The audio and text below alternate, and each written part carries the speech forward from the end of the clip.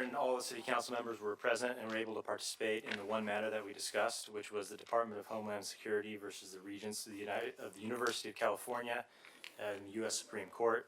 In closed session, the city council was advised of the request by the Coalition for Humane Immigrant Rights LA, or CHRLA, for amicus brief participation in the Department of Homeland Security versus Regents of the University of California matter before the U.S. Supreme Court.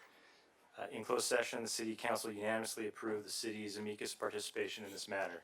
There's no further reportable action at this time, and that concludes my report. Thank you. Thank you, sir. All right, so we're gonna close out that, the 6:30 meeting, and did you get us, IT, did you get us signed in here? I don't know, I'm not sure which one I'm in Up to here. agendas. We got all this electronics we gotta deal with now. There we go. Okay, gotta do that. Now you're in the Oh, wait, session. which one am I in? Tell me where I'm at here? No, oh. Review. Yeah, thank you. Okay, all right, I think it was. we're getting there, rapidly getting there. Okay, so, welcome everybody to the October 1st City Council meeting. And can you make sure that your cell phones, and if anybody is still in the 20th century, your pagers are on silent. And there was a good reason to have those, I'll tell you. For record-keeping purposes and for us to be able to follow back up, if anybody wishes to speak this evening, could you please fill out a speaker card? They're in the back. Give them to the city clerk, and she'll be able to help us keep the meeting moving in a good format here. Also allows us the ability to follow back up, because after the meetings, most of us end up calling speakers back up to help clarify issues that they had questioned on, okay? So at this point, the meeting is called to order. And let's see here, who do we want? Tom, can you lead us in the Pledge of Allegiance, sir? And then what we're gonna do is, we'll have a moment of silence that you can use in whatever format, or speak to whatever deity is on your mind.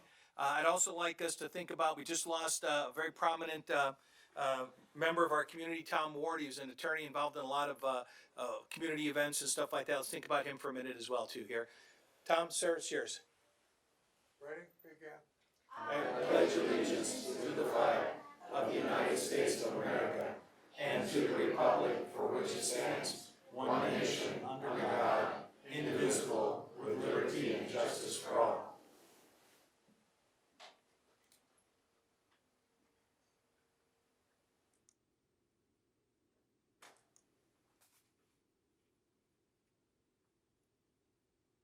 Very good, thank you. City Clerk, could we get a roll call, please? Mayor Hoffbauer, Here? Mayor Pro Tem Bishop, Here. Councilmember Betancourt, Here. Councilmember Carrillo, Here. Councilmember Loa. Here. We have a quorum. Thank you. Uh-oh, Siri heard me. So what I would like to do, Council, with your, if you'll indulge me for a moment here, I'd like to move item 4.3 up, and we'll take that presentation first, and then Jesse, if you give us just a couple minutes here. Okay, so we'll go ahead and do that.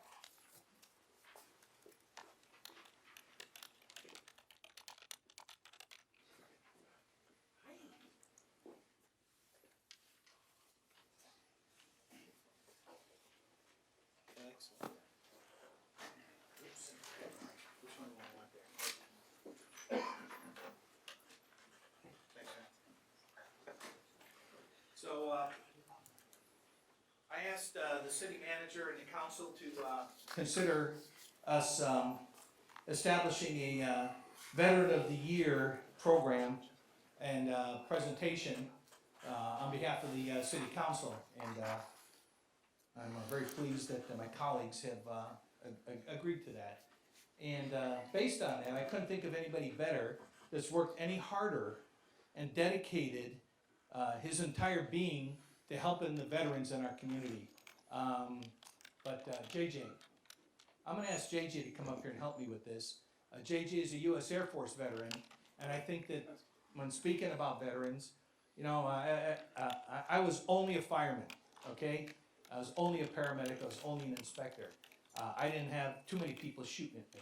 So I'm gonna let JJ, who is a retired veteran, I'm gonna let him speak on this for a moment. JJ? Okay, thank you, Mayor, and thank you, Council, and Jim for supporting this. Will all the veterans besides Tom who are here to support you, would you stand tonight?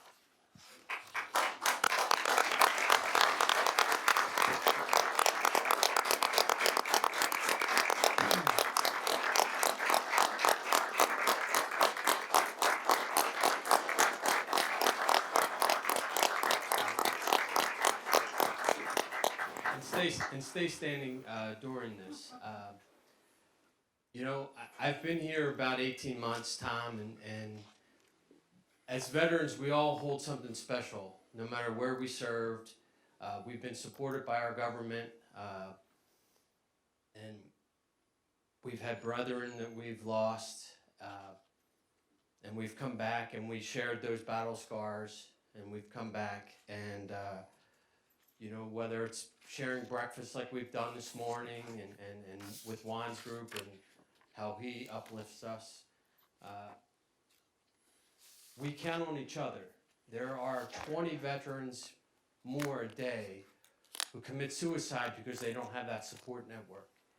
And what you started with, Vets for Veterans, and you know, the mayor's got a great proclamation that lists everything you've done and that organization has done. But what you personally have committed and what I have seen personally, the hundreds of thousands of dollars, the man hours you put in, the sweat, you know, I think I did the Veterans, the color run last year, and you were sweating more than I was, and I did the run. Just because you're running around making sure everything was done right. And I just can't thank you enough, because the house in Lancaster for the veterans, that was your dream, that was the dream of the organization. You've done so much for this community, and there are so many veterans here today that want to say thank you, and there's so many here that this morning said, please tell Tom that we love him, and I wish I could be there, but I can't be there. So I want to pass on that message that you are an amazing human being. Megan, you know, this is not a solo endeavor, okay, ever. Whether you're in the military life, a military wife, spouse, you know, you're there all the time. We've had city meetings. You're there right by Tom's side. So your love for veterans and your commitment to the organization means so much, and thank you for that too. But I can't say enough that to be able to stand up here as a veteran and say thank you for your service, to say how proud I am to call you a friend, and to be part of this, to say that, you know, that the city's going to recognize you as our 2019 Veteran of the Year. So thank you. I love you, man.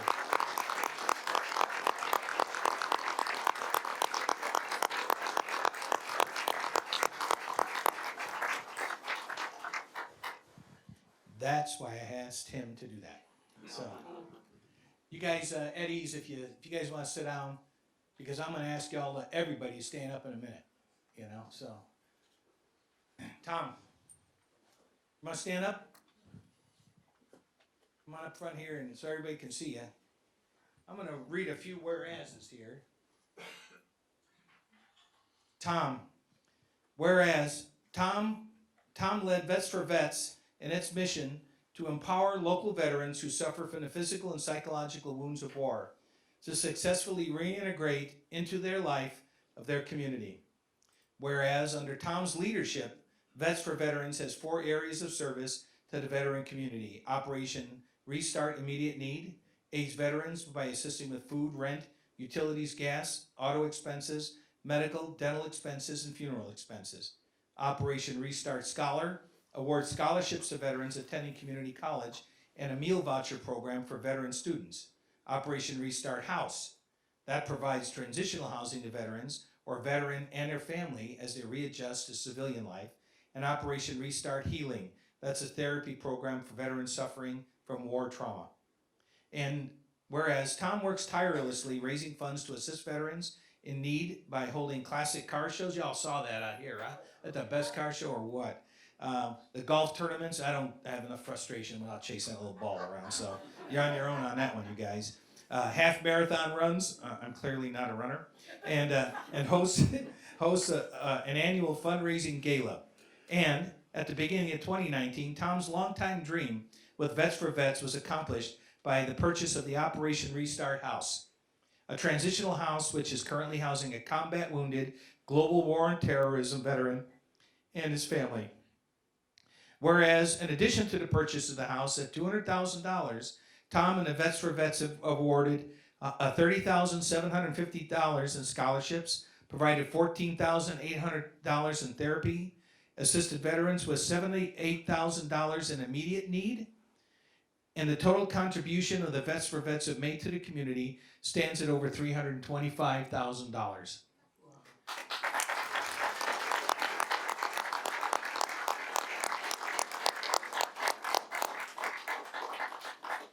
Tom, you know the story. It's it's not one guy, but it takes one guy to get out on the front, and then to lead. What they call that, tip of the spear thing.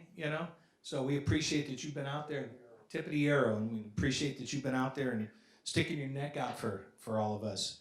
So now, therefore, I, Stephen D. Hoffbauer, Mayor of the City of Palmdale, on behalf of our entire City Council, name Tom as a Veterans Palmdale 2019 Veteran of the Year, and do hereby deem it an honor to extend this commendation to Tom for his dedication and years of service to the veterans of our community, signed this first day of October 2019.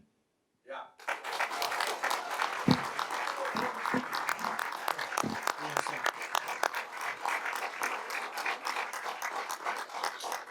How we got you on the spot, man? How's anybody supposed to talk after something like that? I've never known you like that. I just want to say, Yeah, I get it.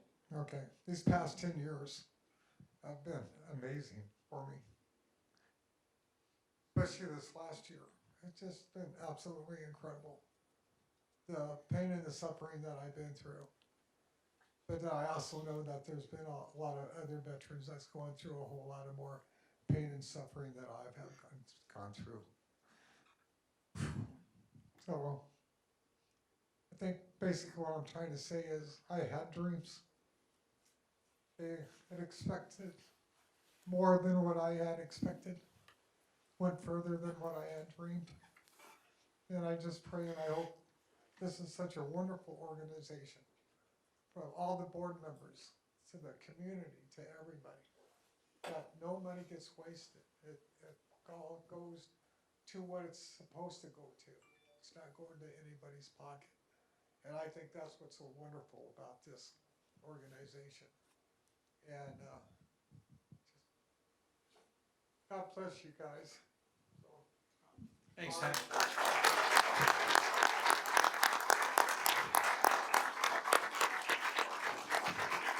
Who's got it?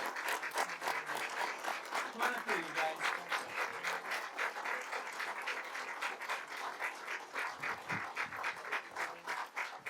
on. Yeah. Right here. We're gonna make you hold this, man. Oh, okay. Good. And then, yeah, you wanna help Grandpa hold that?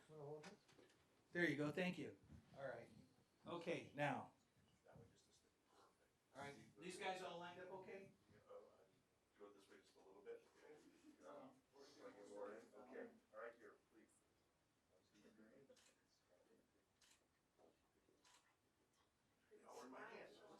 Okay,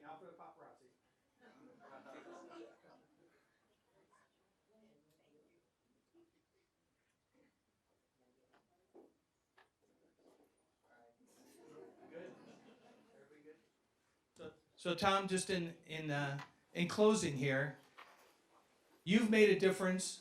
You've helped the group make a difference, and what you've done matters. Just remember that. All right, man?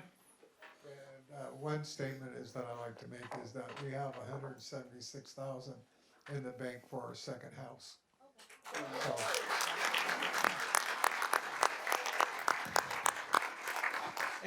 And y'all know the Veterans Housing Program we have going over here. The Vets for Vets guys have been out there working their tails off on those. We all got in trouble when we got home because we built that house in a week, and all of our wives said, "What's up with these projects?" You know. So, but it can be done, and we're gonna have 56 homes out there. We're gonna have 56 families of veterans. They're gonna have homes. The first guys will probably be in by the holidays. So put some time in out there. It is extremely rewarding. These guys sponsor days out there as well and participate because it's important. So, all right, Tommy, buddy, thank you so much. Okay.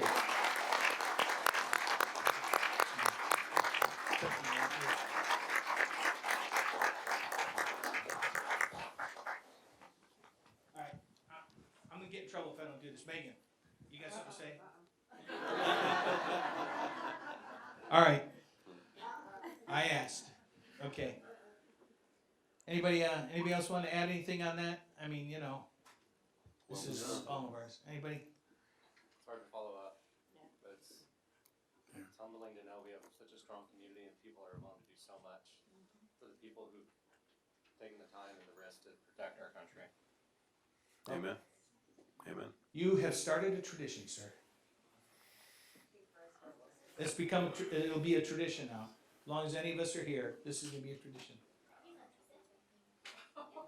Are we gonna get in trouble here? Yeah, I don't know. All right, come up here, bub. You don't get to do it from over there. All right, I'm gonna hold the mic. In case I have to cut you off. All right. What's your name? Bryce. And you are? What? Who are you? Oh, I'm Bryce Hilton. Yeah. And how are you related to these guys? Is that your grandpa? Yeah, it's my Okay. grandpa. Tommy's your grandpa? Yeah. What you gotta say? I got a great grandpa. That says it all. How much simpler can it get?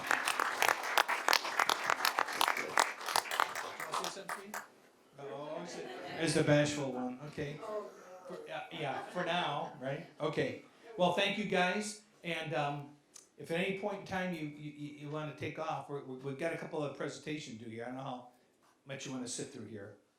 That's up to you guys. Okay. All right. So now, this is the one my wife dreads every time. Jesse, come on up here. Let's take a look at this puppy. Because she's always afraid I'm bringing one home. Look at this. Now this is I kind of coined the name. This is not our shelter puppies. These are our homeless dogs, okay? And we want this dog to have a permanent home. And that's why we bring him in here to showcase him. We have Jesse come in here and tell us a little bit about these dogs. And Jesse is a volunteer over there at the Palmdale Animal Shelter. If you too can volunteer, we got to go take the class, and he'll get you in there. But Jesse, who do we have here today? And tell us a little bit about. Good evening, sir. We have Nala here today. Nala is a 7-year-old Australian cattle dog, although she doesn't look like a cattle dog. But she came to us as an owner surrender, unfortunately. The family had to move and they couldn't take her. So she ended up at our facility. She's a sweet dog, a little skittish because she doesn't really know anybody yet. But she is really a sweet dog once you get to know her. And once she gets to know you, she's just going to hang all over you. She loves treats. And she is, from what they said, she's housebroken. So that's a plus. Yeah. Tile floor is better. But she seems to be pretty mellow. Likes to run around in the yard when we got her out. So, you know, exploring and everything. She's really good on the leash. I had no problems leashing her and even bringing her in. She stayed by me the whole time.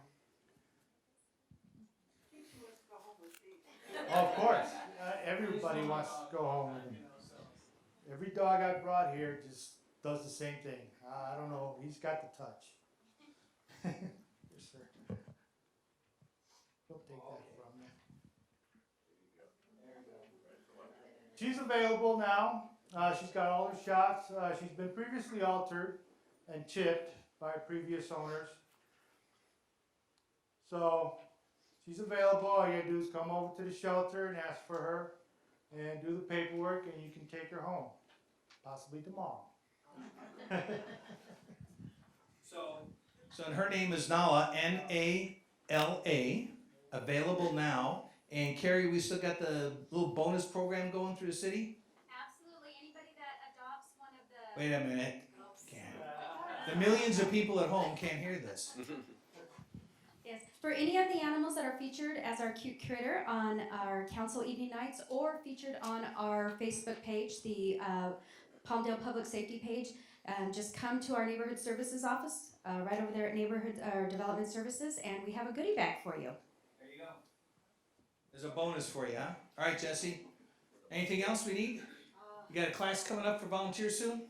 No, we Just had one? class. Okay. We'll be at Park in the Park this Saturday, and Up in the other city? yeah, in the other city up there. And then we'll also be representing the shelter at the Heritage. It's your story, I don't know. Pardon?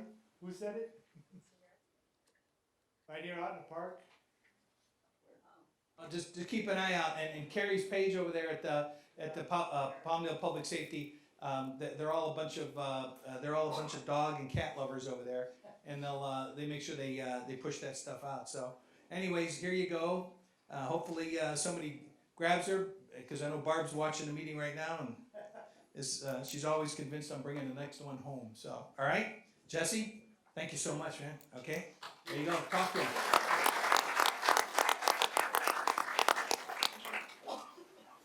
So then, we have the family is Aida's family here?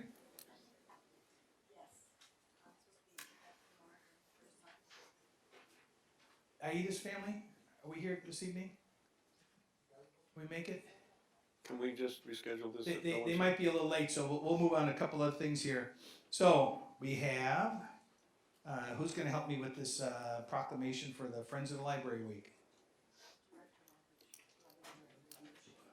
Robert, our library director here, tell us about this, and while I go fetch that thing, I didn't grab it. Okay. The Palmdale City Library is blessed with a wonderful friends group. If you're not aware, not all public libraries have a friends group. All have the opportunity. We have a great friends group. They raise money for us. Everything that they raise goes towards programs at the library.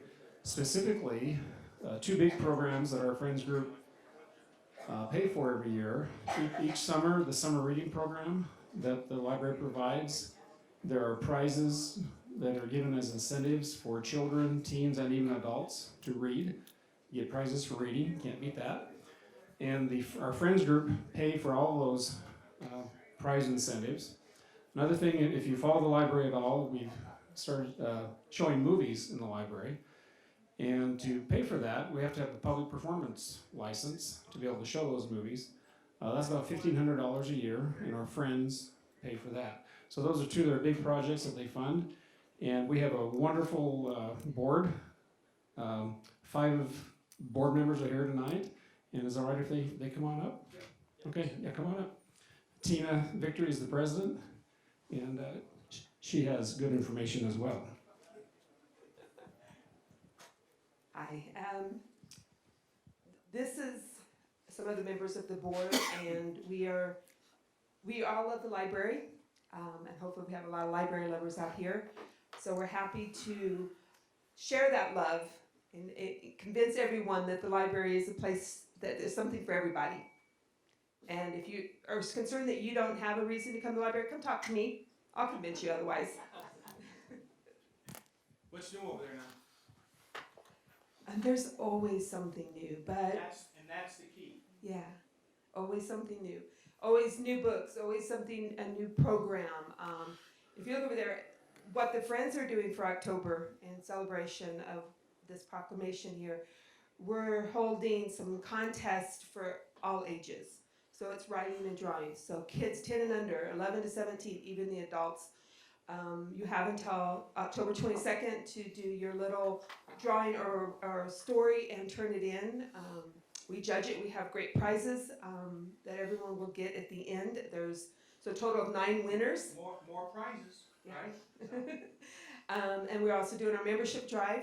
So please join us. It's only $5 a year for an individual. Who can beat that? Also, we're doing a book sale culminating everything on October 26th with like new books. You'll come and you'll certainly find something for your interest. Guaranteed. We have the ability, if people have books at home that they've already read and that they're kind of done with, they want to pass it on, we have a mechanism for them to donate those books, correct? So 20 items or fewer, you can drop them off at the library anytime the library is open.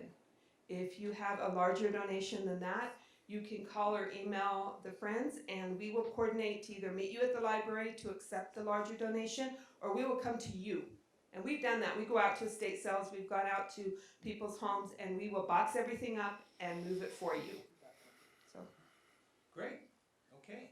So we have this another fancy proclamation that says, whereas the Friends of the Palmdale City Library raise money that enables our library to move from good to great, providing resources for additional programming, much needed equipment, support for children's summer reading, and special events throughout the year. Whereas the work of the Friends highlights an ongoing basis the fact that the library is a cornerstone of the community, providing opportunities for all to engage in the joy of lifelong learning and connect with the thoughts and ideas of others from ages past to the present. And whereas the Friends understand the critical importance of well-funded libraries and allocate and advocate to ensure that our library gets the resources it needs to provide a wide variety of services to all ages, including access to print, electronic materials, and expert assistance in research, reader's advisory, and children's services. And the Friends' gift of their time and commitment to the library sets an example for all and how volunteerism leads to the positive civic engagement and the betterment of our community. So now I and Steve Hoppar, Mayor of the City of Palmdale, on behalf of our entire City Council, do hereby proclaim October 20th to the 26th as National Friends of the Library Week. And we encourage everyone to join the Friends of the Library as they work to make the library even better. Y'all know that that's not a county library like in the other communities and in the county and stuff. They're not supporting it. You support this library. Every one of you out there. So $5 helps you support a little bit more, right? So, and I tell you what, it's so much fun to go over there when they do their movie nights over there. It's a small environment over there. It's not like you're sitting in the theater with a bunch of screaming kids and stuff like this. You still get a few screaming kids, you know. Yeah, but hey, here's the deal. Another deal. Free popcorn. All right. So how do you beat that? So, but anyways, there's so much stuff going on over there. Robert's team and our Friends of the Library, they make a great partnership, and they really help that program move along out there. So anyways, for the president of the Friends, we'll go ahead and present this. And you guys wanna? Oh, okay. You know what? Why don't I start with Diana? Diana Love, Vice President. Saul, sir, Director at Large. Don Camp, Treasurer. Sonia Friend, Secretary.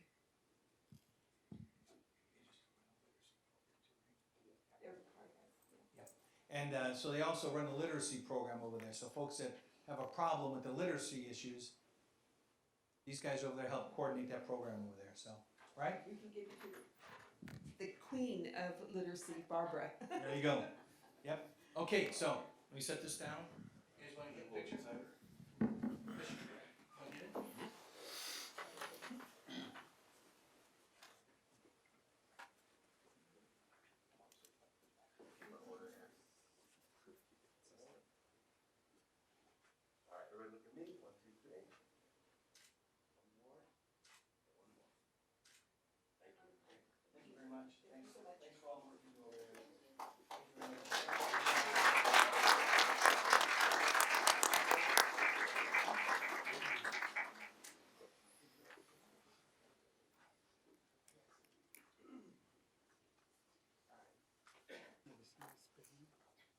Code enforcement, who's with me on that?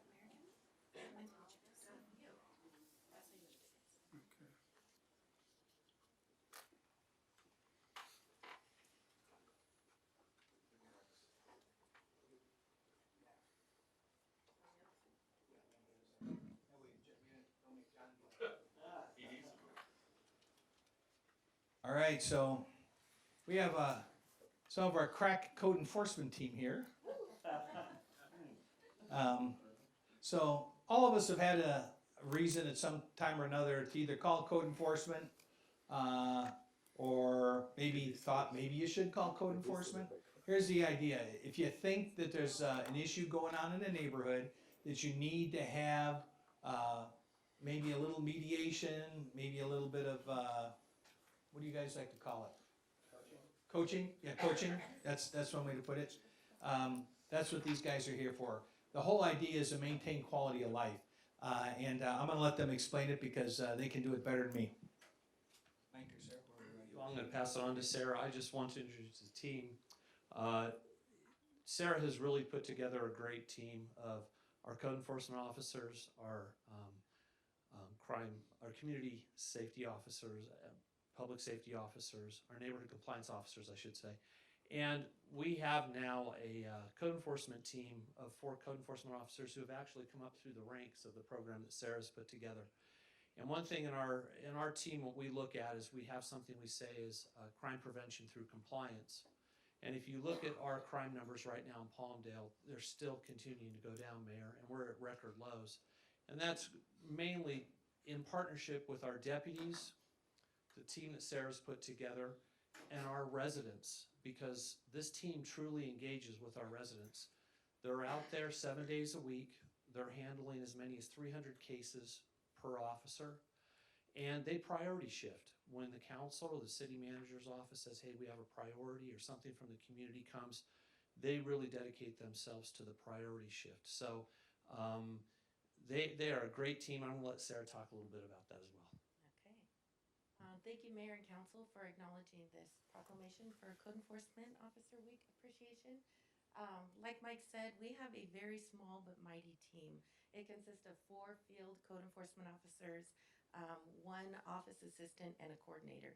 And these guys, I could not be more proud of the pride they take in their work, in their day-to-day activities. They work 7 days a week.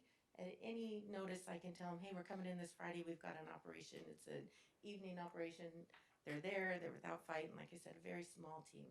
I appreciate everything that you guys do and look forward to doing it day after day. Thank you, Mayor and Council, for having us tonight. And it's an honor, and we couldn't do our job without the community kind of helping us out and always informing us of where we're going on the next case. So, as Mike and everybody said, it is a quality of life that we focus on, so that way we make Palmdale better each and every day. I think I'm just gonna reiterate everything, but thank you again. Thank you again for having us. I think just for the community, we stated that we only have 4 of us, so if there is an issue, please just be patient with us. We're gonna get to it, and we're gonna solve it in a respectful manner, and we're gonna get to the problem at hand, and we'll make sure, like I said, the quality of life is the main thing for everything that we do for the city.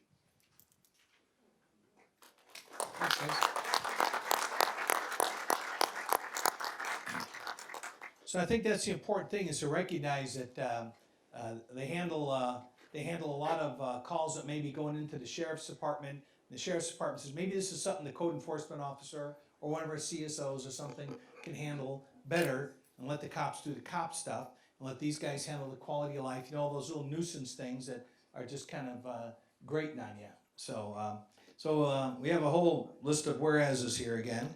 So whereas code enforcement officers provide for the safety, health, and welfare of citizens in the city of Palmdale 7 days a week through the enforcement of local and state laws and ordinances dealing with various issues of building, zoning, housing, environmental, health, and life safety.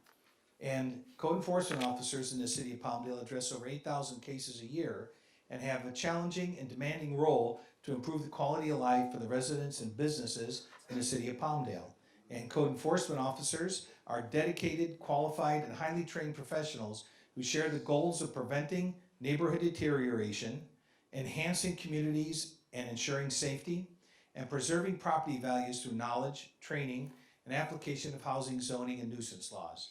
And code enforcement officers have a highly visible role in our community and regularly interact with the public with a variety of federal, state, county, and local officials in their capacity as a code enforcement officer. And the city of Palmdale wants to recognize and honor our code enforcement officers that serve our community and acknowledge their role in leading the way to improve the quality of life for the city of Palmdale. So on behalf of the entire city council, I would like to proclaim October 7th to the 11th as Code Enforcement Officer Week and encourage residents to join in recognizing and expressing their appreciation for the dedication and service by the individuals who serve as our code enforcement officers. Ladies and gentlemen, if you think there's a problem, give them a call and don't assume that somebody else already has, okay? And there's kind of a squeaky wheel thing goes on too, right guys? So, yeah. All right, so let's give them a hand.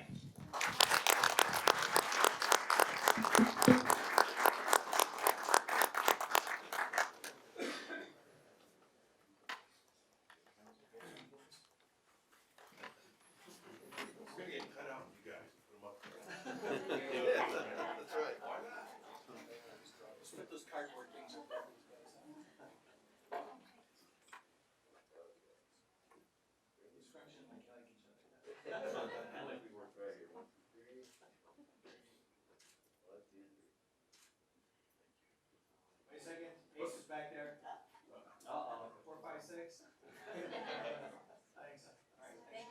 Thanks. Thanks, man. All right. Oh, swim team. Somebody can help me with this one?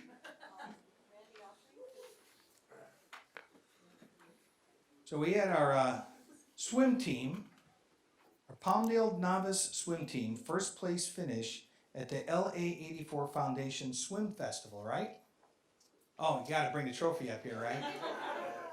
Props, man, you gotta bring that up. All right. So you wanna tell us, tell everybody who you are and what this is all about? I'm gonna grab this. I think we got a certificate or something. Yes, I think we have certificates for the coaches and the managers that were able to make it. My name is Randy Autry. I'm Recreation Supervisor. I oversee the Aquatics Division in Recreation and Culture Department.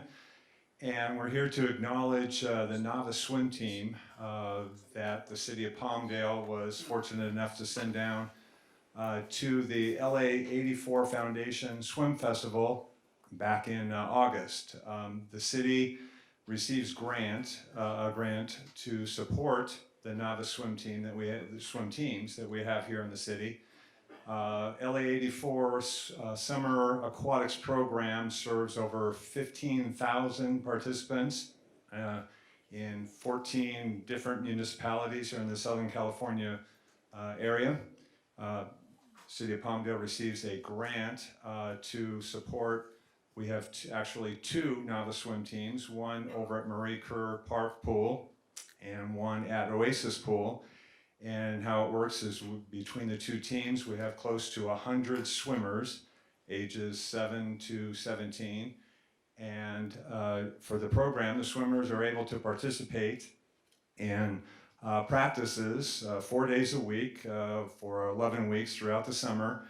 And we are fortunate enough to have a lifeguard staff that is just full of quality swimmers that have been swimming for a long time, and they were really able to provide a high level of instruction for these novice swimmers, and they really are that. Some of them have been in the program for years, but really they are just beginner swimmers, and our lifeguards do a great job instructing them over the summer, an 11-week summer.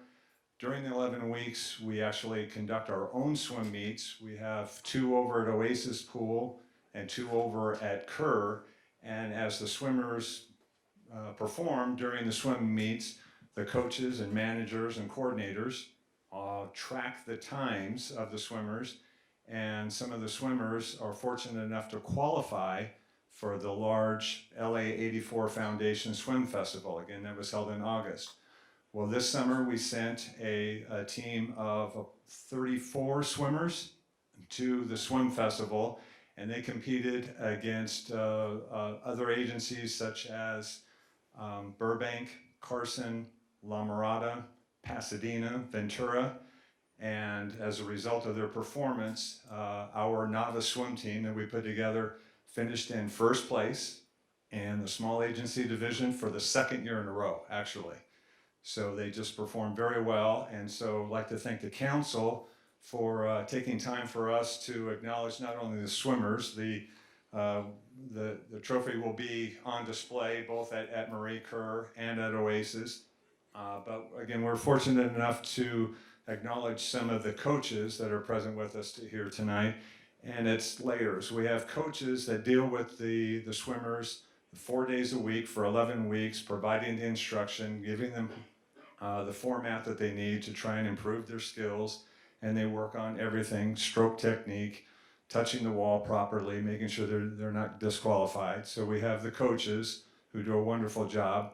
And then we have several managers who kind of oversee the coaches and kind of help provide the resources for the coaches and provide information to parents. And then we also have the coordinators who kind of keep the whole thing running, keep them going, provide arrange picture days, track all the times, make sure the entries are provided to the LA 84 Foundation. They actually have to drive down to the LA area a couple times during the season to do preseason meetings and make sure everything's taken care of from the foundation point of view. So Just like any other youth group, it's an hour a week, right? Sure, absolutely. So again, we're fortunate enough, we have some of the coaches here, and I'd like to start with the coaches. The coaches that are here that we'd like to present the certificates to. We'll start with the coaches. Madison Steins.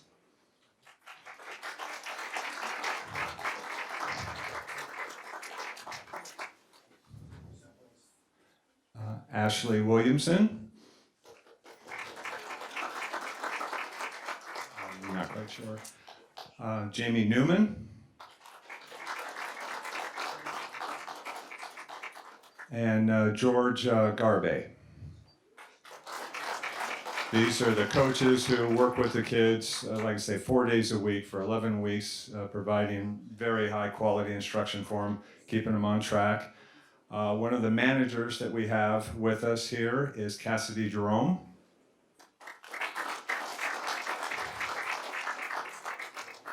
And the two coordinators, the aquatics coordinators, again, that just kind of organize the whole thing and do the behind the scenes work, if you will, making sure all the entries are made on time, we're getting to meetings that we need to get to, and everything is organized. Aquatics coordinator Jackie Nuss.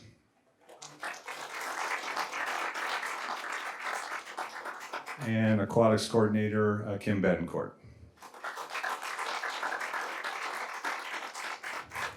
And unfortunately, the rest of the coaches and managers could not make it tonight because of school obligations. But again, I'd like to thank the council for providing us the opportunity here, not only to acknowledge the teams, but the coaches and the managers and everyone's effort. Thanks very much.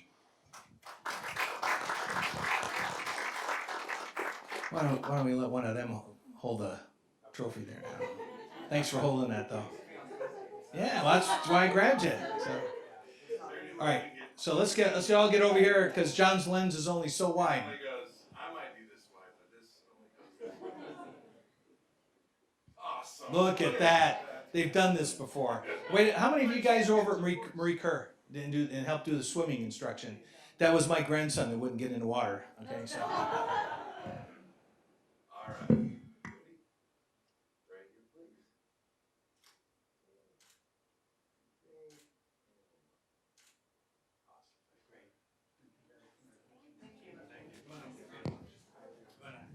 Take these and catch up with the rest of the guys here? Okay, thanks a lot, man. Appreciate it. So that's the quality of the programs that we're putting on here at the city of Palmdale. And I tell you what, our aquatics programs are routinely coming out on the top all the time. So we are going to go to item number, where is it here? Which one is it here? Item 4.2 for a presentation with the for the family of Aida O'Connor. Want to come on up? Richard, do you want to help me with this one? Yes.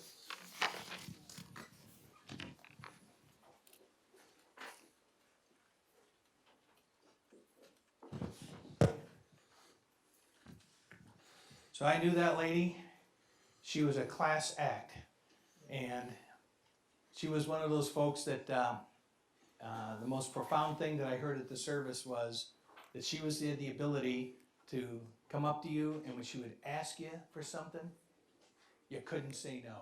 And that was what she did. And her heart was in the Civ Mill program and in the Sheriff's Boosters. But I think there's a couple of people that had very special relationships, but I know Richard did, and I'm gonna ask him to speak on this for a minute. Well, Yvette, obviously your mother was a tremendous asset to the Antelope Valley, the entire Antelope Valley. Aside from the organizations that the mayor's mentioned, she was Board of Trade, she was involved in the chambers, and she was very special to me. She was a wonderful friend, and I got to meet with her for a little while, just a few days before she passed away, and of course that was a shock and very dismaying. But she stands as a real, as a symbol for what Antelope Valley is. She used to tell me that she regarded Palmdale as the Golden Gate to the Antelope Valley. And she wanted this to be just a wonderful, beautiful city. And she worked hard to achieve that. So I believe all of the council members, the entire city of Palmdale, its residents, Antelope Valley, owe your mother the reverence and the respect, and the recognition. And this is just a small token of that feeling. So Aida is another one of those folks that really left their mark, and that's the thing that, you know, we've only all got a certain amount of time here. We're all temporary, and the whole idea is leave something behind, make it better for the next person, leave something behind. And your mom was another one of those people like yourself that matter. You make things matter in this community, and I got to tell you, Aida loved our military and the families, and she worked so hard. That Civ Mill program is a model for programs across the United States and the world now. People look at that program that we run out of Edwards Air Force Base, and they can't believe the things that we do. And the programs that we're running with, like with our sheriff's boosters, to be able to she loved our deputies, be able to help them. And her work with the Board of Trade to help the entire Antelope Valley move forward in a positive business light. It was amazing. And this is a lady that, I mean, every time you turned around, she was there at something making a difference. So, Richard, you want to read this? Sure. You want, please. It's an honor to do this. This is the City of Palmdale commendation to Aida O'Connor. Whereas Aida O'Connor is well respected and loved by her family, friends, and the community, and whereas Aida has been a longtime supporter of the Antelope Valley community, especially its military ties, and whereas Aida has been a businesswoman who opened Hanford Home Loans in 1979, and whereas Aida was active in several community organizations, including Antelope Valley Board of Trade, where she served as president in 1989, and whereas Aida was especially fond of the Edwards Air Force Base Civilian Military Support Group, CivMil, which she founded in 1989 to forge closer ties between the local community and its military personnel. And whereas in the years since, the organization has provided care packages for personnel away from home, created an internet cafe for enlisted personnel on base, prepared holiday gift baskets for families, and stocked the Airman's attic.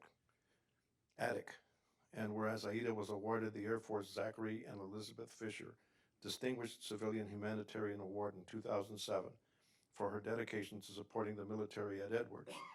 Now, therefore, I, Stephen D. Hoffbar, that is to say the mayor, and all of us on the city council, on behalf of the city council, do hereby deem it an honor, a great honor, to extend this commendation to Aida O'Connor for her dedication and years of service to the community. Signed today and presented to Yvette, her daughter. Yvette, you want to say something? I'll try without crying after all that. I'm sorry to be a little emotional because it wasn't that long ago, and to hear those words spoken about my mother just makes me so incredibly proud. But I wish my whole family could be here. You know, most of them live outside the Antelope Valley, so that's why I'm here representing them. And I just want to thank all of you for caring and taking the time to even put together such a beautiful uh, commendation. She certainly was worthy of it, but honestly, she was just so humble and so hardworking that she would never expect such a beautiful presentation. So I accept it on behalf of my entire family, and I thank you all so much. She is a loss to our whole community and, of course, to our family, but I rejoice knowing that she's in heaven with the Lord, and that's all that matters for all of us. There you go. Thank you. Yeah.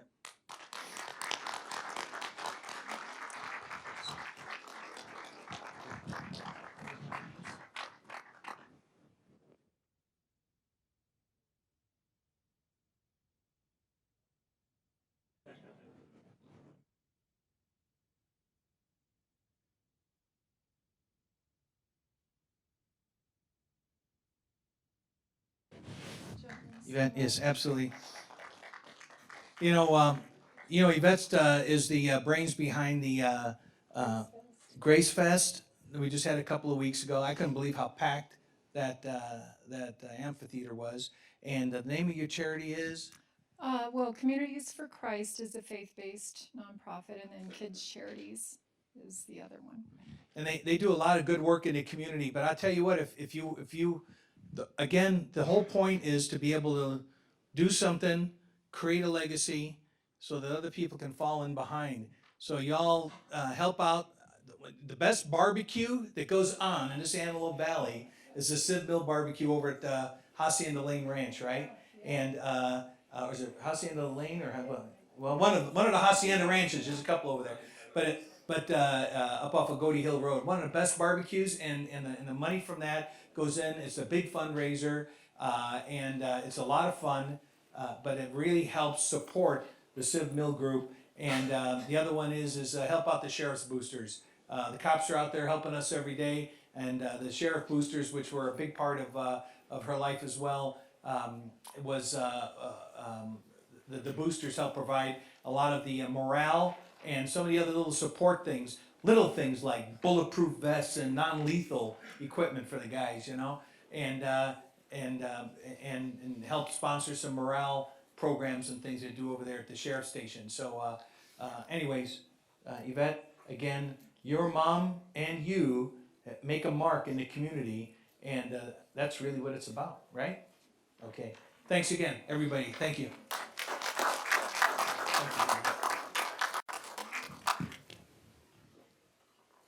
Let's see. I think that's it. All right. That's it for that part.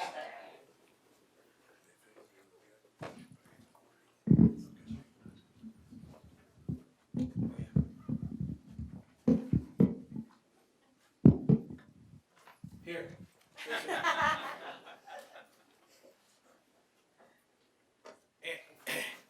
And I want to, and I probably should have asked him to help us with something here, but I want to make sure that we recognize, we have Henry Hearns, the former mayor and mayor emeritus, and I know you've got more titles than the pastor, bishop out at Livingstone Cathedral, correct, sir?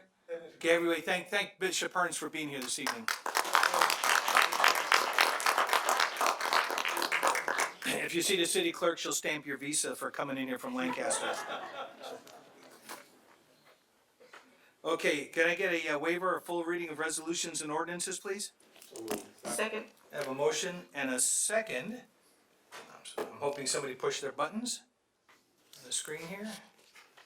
And the city clerk will tell us if that registered.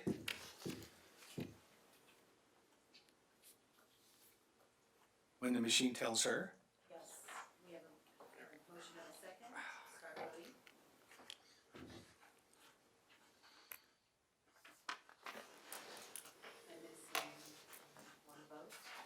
Somebody check, make sure your little button is lit up there. There it goes. Okay, shows 5 yes. Public comments. So we have the consent calendar and non-agenda items. If you wish to comment on any item listed on the consent calendar, item 7.1 through 7.11, please come forward to the podium, state the item number with your comments. For non-agenda items, individuals have the opportunity to address the council on any subject regarding city business and things within our scope of authority, but not on the agenda. Under state law, no action can be taken on any item not specifically referenced on the agenda. A maximum 3-minute limit will be imposed. We ask you to fill out a speaker slip so that we have the ability to follow back up with you later. Do we have any speaker slips? We have one Blanco. Mr. Blanco, I'll bet I know what you want to talk about here. You bet, Mr. Mayor, City Council members, staff. Thank you for the coffee this morning. There's a great crowd, huh? Okay, so I'm president of Coffee for Vets. This is the board members, and Mayor Hearns is here with us tonight. We're here to notify or make known that this is our 3rd year of doing a Veterans Military Ball. The Veterans Military Ball is without a doubt one of the most prestigious events up here in the Antelope Valley, because it is just like Cinderella. You have to wear gowns, suits, and or tuxedos in order to attend this event. It is not for it is not a cookout. So before This is not the barbecue. This is not the barbecue, but we do a barbecue in May at the William J. Pete Knight Veterans Home, because one of the things that is important to us, our mission is our Coffee for Vets mission is to identify senior World War II and Korea and Vietnam veterans, and to provide an environment where these senior veterans of all military branches and genders, along with their family members of these veterans, can meet to converse with one another at sharing concerns that they may have, and help find ways to improve their daily lives while sharing coffee and a meal. I also want to say that this year, our keynote speaker is Colonel Spinelli. Colonel Spinelli is the XO over at Edwards Air Force Base 412 Test Wing. He's also a decorated combat veteran. He's flown in Iraq and Afghanistan. He flies not only F-22s, but he flies C-130s and the F-35. He will be our keynote speaker that evening, and we are recognizing 2 honorees, Bishop Hearns being one of our honorees as a Korean War vet, and Steve Baker, another outstanding person in our community. Last year we recognized Henry Oshner, who was a World War II veteran, part of the 101st Airborne that jumped into Germany during World War II on D-Day. So our goal and our purpose is to help elevate and reinvigorate the heroism of our senior veterans, because there's a lot of focus on our junior veterans, but our senior veterans have somewhat been left in the dust. So that's our purpose, to elevate and make known that senior veterans are very important in this community and they deserve to be recognized. Bishop, would you like to say something? Then thank you so very much, you all, for doing what you do. But when I left to go to Korea in 1953, I left a little war at home in Mississippi to go to a war in another land. And when that was over, came back to the same war and was able to help that to grow to another way of thinking, so that we could all go to church together, all go to school together, and that kind of thing. So I thank you and the vets and everybody else for allowing us this opportunity to be heard and seen and honored. Not that I've done anything that I feel like is all that worthy. I don't see myself in that way. I got a chance to do.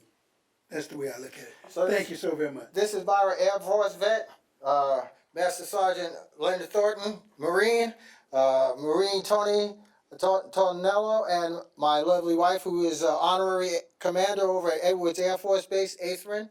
And we want to thank you, and we hope that you will participate and our Veterans Military Ball. November 2nd is the first Saturday in November from 4 p.m. to 9 p.m. Thank you very much. Thank you.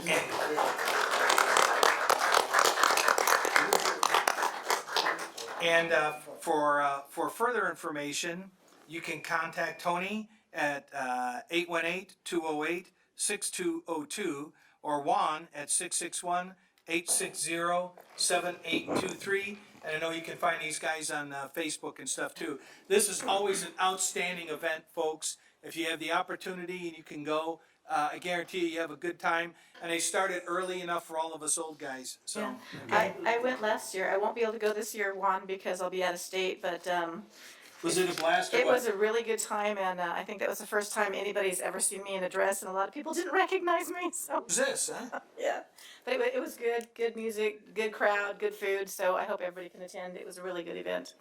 Oh, and it's a good location. Yes, Yep. it's a beautiful It's a facility. beautiful location Yes. there. We have any others? Yes, Breon Clemens.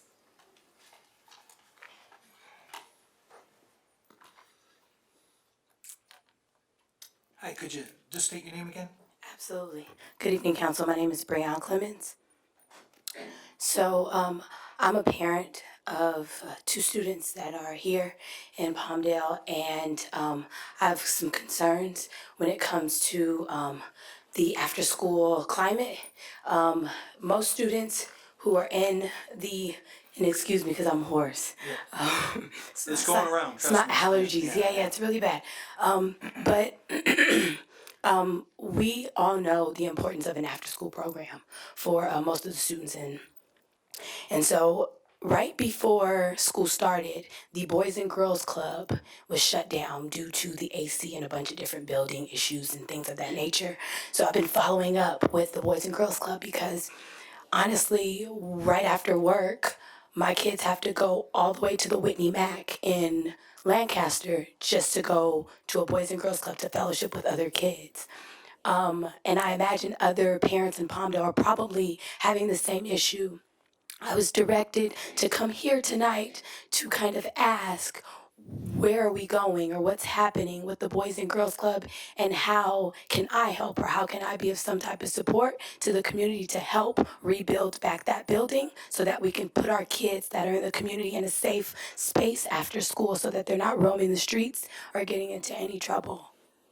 That's it. Thank you. Great. Thank you for your time. Yep.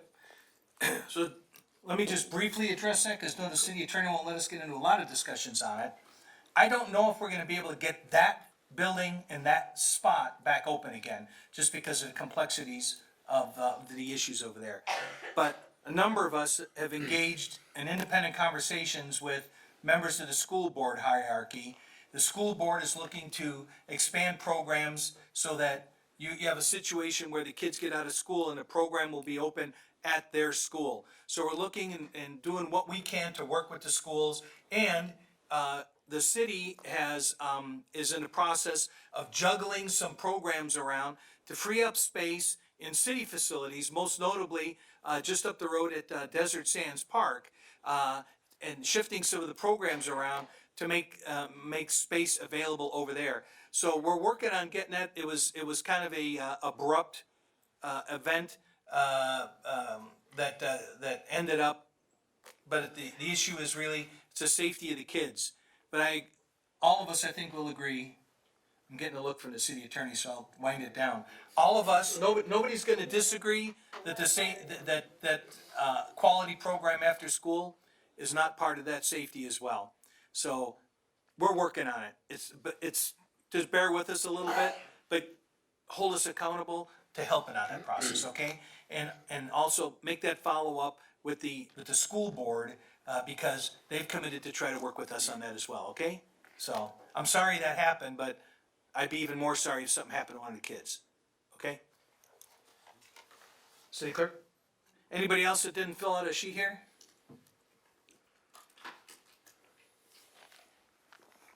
My name is Marcia Furman. Concerning the consent calendar, 7.9 has to do with the water park and the refurbishing of some of the slides and just some general things that need to be done. It's a very popular place, growing every year, which I'm sure the city and aquatics and everything is very proud. We enjoy it, my family, my granddaughter and I. But we do notice it's looking a little sad, kind of like my RV. That sun, you just can't get away from it, so it does take its toll.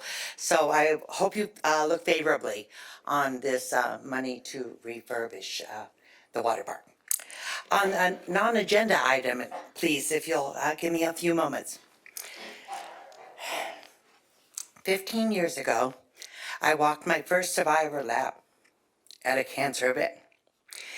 It had been just 1 month since my breast surgery and my first time being around other cancer survivors. There are no words to express the overwhelming feeling of fear that I had had cancer and the hope that it was gone forever. I knew no one, taking just a step at a time. I found myself about halfway through the lap next to a lady also walking alone. We spoke a few words. First survivor's lap? Me, yes. Her, not. How long since your surgery? Me, just a month. Hers, more than a year. What kind of cancer? Me, breast. Her, a brain tumor. At that moment, the removal of my breast and the cancer was a small price. Her cancerous tumor could not be removed. October is Breast Cancer Month awareness. Pink, pink, pink. More mammograms are being done, earlier checkups, more lives are being saved. I would ask you to encourage all those you love, family and friends, to get checkups, scans, and exams. There is no such thing as a cancer-free family. I was the first one in my family. We knew of no one else that had had cancer. Now I must say that I am not the only one in my family.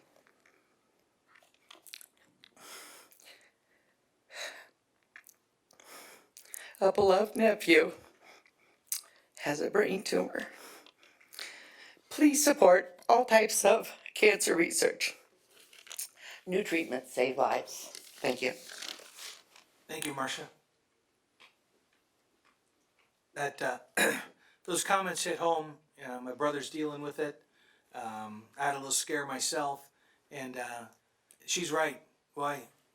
When you're going in to get looked at for something like that, it's scary. And thank you for those words. And I got to ask you and everybody else, when one of these events like the cancer awareness or something comes up, sometimes we don't hear about it until it's already kind of happening. And it's like, oh man, we don't want to do a proclamation next month to say, but gee, you should have, So isn't there a walk coming up here soon? We just actually had it Saturday. Okay. City of Hope is committed to having a yearly walk for all cancers. It's only in its second year, but they are determined, just like Palmdale, when they start something, they hang in there. So we're determined to have it every year, so I will give you advance notice in the future, a few months before. You give us a little heads up on that, and she was saying, for those of you that couldn't pick it up, that City Hope has made a commitment to do that every year in support of treatment and cures for all cancers. So thank you for that, Marcia. Do we have anybody else? Anybody else that didn't? Okay, thank you. All right, so we'll move on to the, let's see, number 6, consent calendar. All matters on the consent calendar can be enacted by one motion. Any item that the council wants to pull? Okay, hearing none. And that item that Marcia talked about, we'll get a motion to approve it? Motion to approve. And a second? Second. Okay, I have a motion and a second, whatever shows up by the city clerk here. That's nearly $1 million that's gonna be going in over there at the water park to refurbish some slides, fix some pumps, take care of some rust, and we're there with you all we practically live over there. So, moved by Mr. Creel, second by Mr. Loa. Please show your votes. That's for the whole. For the whole calendar, but I just wanted to, I was just burning time there while the machine cycled, so. 5-0 for the entire consent calendar, including the money for the water park. Thank you, council. Thank you for the comments, by the way. Okay, we are at item number 8. We have a public well, City Clerk, why don't you tell us what we got here? This is Stacy Andrews, she's here to speak. I'm sorry? Are we on the public hearing item? I believe we are now at the public hearing. You're in charge, we're only running the meeting here. Well, Stacy Andrews is here to speak on that item. Okay, so this is public hearing and review of proposed resolution. I was trying to get you to read it because I got a little scratch going here. So, staff will read the title of the resolution, please. Thank you and good evening, Mayor and members of the council. Staff has requested a public hearing for resolution number CC 2019-050. I will read the resolution now. A resolution of the City Council of the City of Palmdale authorizing the submission of an application seeking funding from the Department of Justice, Office of Justice Programs for the 2019 Edward Byrne Memorial Justice Assistance Grant Program. The adoption of this resolution will authorize the submission of the application and the implementation of the JAG grant. And the City of Palmdale is eligible to receive a 2019 allocation of $51,718, which will be utilized to help offset the cost of 2 motorcycle deputies, with $1,570 to be set aside for training compliance. As required by JAG guidelines, on August 29th, copies of the application were made available for public review for 30 days, and no comments have been received. Thank you. So as you heard, this helps offset the cost of a couple of our motor officers, and they're the ones out there taking care of our traffic safety issues out there. And some of you may have had a chat with them through your window. So we're going to open a public hearing and receive testimony. Anybody wishing to speak on this item? Do we have any speaker slips? None. Anybody that want to chime in on this item? Seeing none. Can I get a motion to close public hearing? We'll close the public hearing first. Okay, Mr. Loa, a second to close public hearing? Okay. Ms. Betancourt, all in favor? Aye. Any opposed? So ordered. Okay, so I have a staff recommendation is to adopt CC number 2019-050. Do I have a motion on that item? Yes, there's a motion and a second. Okay, we have the motion and a second. So the motion is moved by Richard Loa, seconded by Laura Betancourt. Thank you. Please start voting.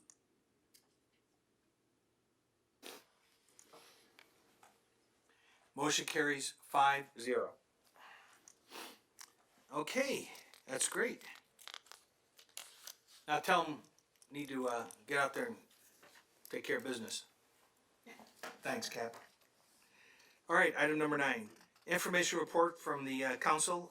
This is the AB 1234 reports and our other meetings and activities. Which end of the dais? Let's see. We'll start with the Antelope Valley Air Quality Management District. I believe Mr. Bishop. Okay, that's me. A couple things on the agenda. The Antelope Valley School Transit Authority, we awarded them $104,000 for replacement of, I believe it was hoses for the CNG buses. They were in need of repairs to bring it back up to safety standards to keep those gas buses going, or the CNG buses going. And then we approved $50,000 to the alternative fuel program for electric vehicles. So why is that important to you? Because we're helping offset the cost for the electric vehicles, provide a little assistance here. So a couple of statistics. We had, and I don't remember the exact time period, but we had 27 approval. 17 of them were local purchases. I think most of them were Priuses. There were 5 Teslas and 5 others. So, when you start talking about it, one of these vehicles can really help offset the cost of those. Right. Yeah, the majorities were the Toyota Prius plug-in. It was the hybrid plug-ins that we were getting most of. There's also a program within this for low-income qualified buyers of $2,500. The offsets for the vehicles are $6,500 to $7,500, and all of these can be stacked. So depending on where you qualify, it can add up to some real cash here. And what Mr. Bishop said about the buses, some of these buses are like 19 years old, and the hoses are really starting to deteriorate and the other components on there. So we want to make sure that these buses that our kids are riding in through the transportation authority of the school buses are safe. And so far there's been over $2.3 million that have gone out for CNG conversions for 51 buses and 48 fueling stations over there. So this is fairly significant. We're really working hard. Mr. Bishop is, I mean, he's the Prius guy, so he's making sure we get these alternative fuel vehicles, and we're really trying to make a point of getting this stuff home for the kids. Well, there's something on the purple air sensors too, sir.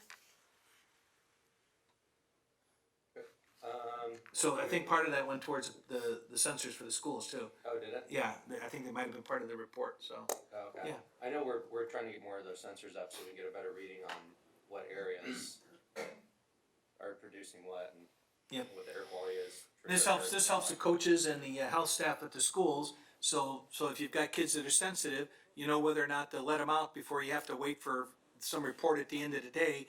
These sensors are right at the schools and stuff, and, Yeah. We're fortunate to have pretty decent air quality out here in relation to some of the communities down below, but it all depends on the wind and the way the air travels.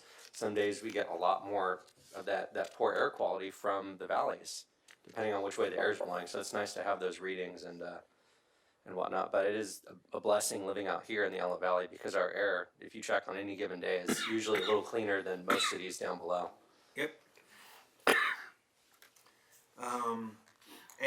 One of the comments we had in our report there, if you remember, they talked about, we're gonna be getting another report on truck and bus rules from the state. We're gonna have, state regulations are going to start putting some more independent truckers out of business here because of their requirements. And it's gonna start being vehicles that are over 14,000 gross vehicle rating are gonna have to start getting these routine smog checks. It doesn't apply if it's strictly a personal vehicle. So if you don't have commercial plates on your truck, but just something to think about when you're going out and buying a vehicle, and then you say, hey, gee, maybe I'll just get those commercial plates for it, because then I can, park in loading zones and all that kind of stuff. Stand by, so. Well, I know the state's been under more scrutiny because of the air quality, the poor air quality that we have had here with the rules and all the regulations. So I know they're looking at making some changes to those, hopefully, as far as the trucks and the vehicle registrations and all that kind of stuff. Got to be a balance, though. Yeah, there has to be a balance. Something's got to give. Transit Authority, Mr. Loa will Yes. report on that one. Well, the meeting was on September 24th, and as usual, the main direction that ABTA is going in is to go to an all-electric fleet. And just to show, we get a number of performance reports, and for example, in terms of transit miles per month, in April, electric was 104,000 miles, 143,000 miles was diesel, and now we have moved to more electric miles in August of 129,000 miles electric and 117,000 miles diesel. So we're moving in that direction. At this time, the cost for the diesel is almost triple what it does to run the electric fleet. By the time we get it completely done, the cost of the electric fleet will equal the entire. In fact, it's probably, when we get to that point, we're not there yet, but it will be 271,000 as opposed to 428,000 currently. So we're moving in that direction. We did approve increasing the electric fleet from 85 to 90. And just thinking about what it costs to propel a bus, it costs 50 cents per mile on an electric as opposed to 72. So it's more efficient, it's cleaner, and it's more cost effective all the way around. A couple of other things that we voted on, aside from granting some contracts and things of that nature that are pretty routine. We voted for a K to 12 grade discount. I believe that soon, children that are in school will be able to board a bus for 75 cents, and then any transfer will be free. And the other thing that did get voted on was a stipend that is going to be given to the directors of the board, either taking a stipend or getting a benefit of medical insurance. Yep. So on your, what's notable is that as of just a few weeks ago, somebody may have jumped ahead of us, but as of a couple weeks ago, the local Antelope Valley Transit Authority had the largest all-electric fleet, had more electric fleet buses running and daily transit operations than any other municipal fleet in the world, okay? So I think that was fairly significant milestone. Now, somebody else probably got 5 more buses since then and jumped ahead of us, but it shows you that, you know, we're on the forefront here. So, absolutely. Contract cities, I've got that one. We had a number of meetings on legislative, it's like legislative firestorm right now, because everything's coming down the pipe, and it's a sign it, veto it, arm wrestle over it, rock, paper, scissors, I don't know what they do up there sometimes, I don't know what they're thinking about. But all those, all the different housing bills and just a lot of stuff that's impacting the cities are the state figures that somehow they think they're in a better role to figure this stuff out than we are. And we're working on our upcoming legislative priority package that's coming up. So, audit committee, we did not meet. Investment, we did not meet. High Desert Corridor wasn't. League of Cities, got a package here on that. So, I've got a League of Cities report here. One of them was, again, that one, I'm also on the legislative committee over there. I'm on the state board, and we're working on many of the same concepts, a little bit different angle, because it's mostly looking at it from local control issues over there. And I did get a very nice email from the league staff in Sacramento that told me that with all the different committee work that I've been on and the training programs that I've gone through, that when they looked at my package, that I automatically qualified for the high. They have 3 levels of. They have a basic, then they have a advanced leadership and leadership and action level 3.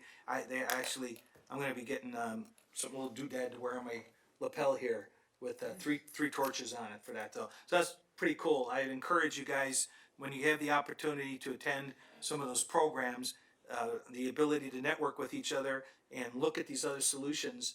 As you all know, when you go to these things, it's not often the speaker, it's what you get after that discussion, the discussion you have after that amongst one another about, he has a good idea, how do you solve that? So, and I know the city manager goes nuts every time we come back from one of those, because we're all brilliant. We have all brilliant solutions to everything we've been working on, so I encourage that. Sanitation, Mr. Long. Yeah, well, you and I both attended a special meeting of the sanitation district on September 20th, and it had to be a special meeting because it had to be held. And I'll defer to you to explain what the urgency was.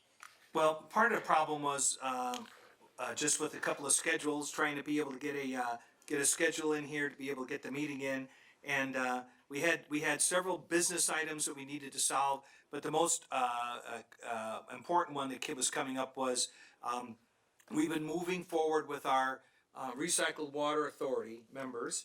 I believe that's yourself, right? You and Mr. Bishop? Yep. And who else is with you on that? You guys. So they're working diligently to move forward with getting our purple pipe or recycled water system extended. Our public works guys are working real hard on that with the water district.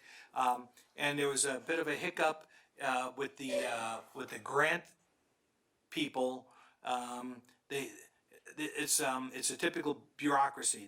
They've got more hoops for everybody to jump through. So as our staff and our board members are working very hard to move this forward, we had to be able to extend the contract with the water district because the water there's the pea under the shell. The way finances work is the best way. It's like making sausage. Okay, so anyways, it was kind of a complicated thing. We needed to extend the period of time for the water district because of the fact that the Recycle Water Agency is still working on these grant programs with the different state agencies. So it's, Chuck, is there any better way to say that? It's making sausage. Yep, okay. So we had to do that, and there was a shot clock that was ticking, and we needed to solve it in, so. And we did do that. Yeah, and then I spoke with the water district folks, and they subsequently approved the concept, and they're gonna work out just a couple of the dotting of the i's and crossing of the t's to wrap that up. We also had a meeting up in the other sanitation district, so a lot of you don't know that depending on what part of the city you live in, your sanitary sewers roll downhill. Was I safe enough on that, Mr. City Manager? Mm-hmm. So if you're basically on the central and east side of town, it all rolls down to the plant off of 15th, is it? Yeah, 15th and 8th. Yeah, kind of right over kind of near the airport. And then if you're on the west side, we're with the district of Lancaster just because gravity takes it that direction. So I'm on the board there. My explanation of that took longer than the meeting did that day.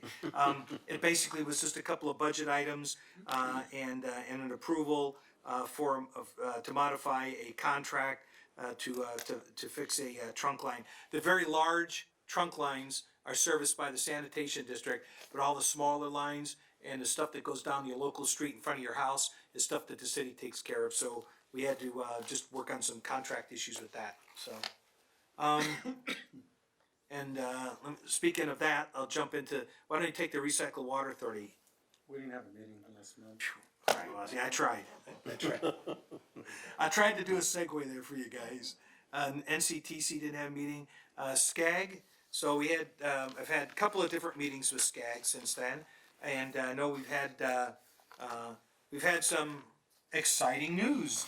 Yeah, perhaps our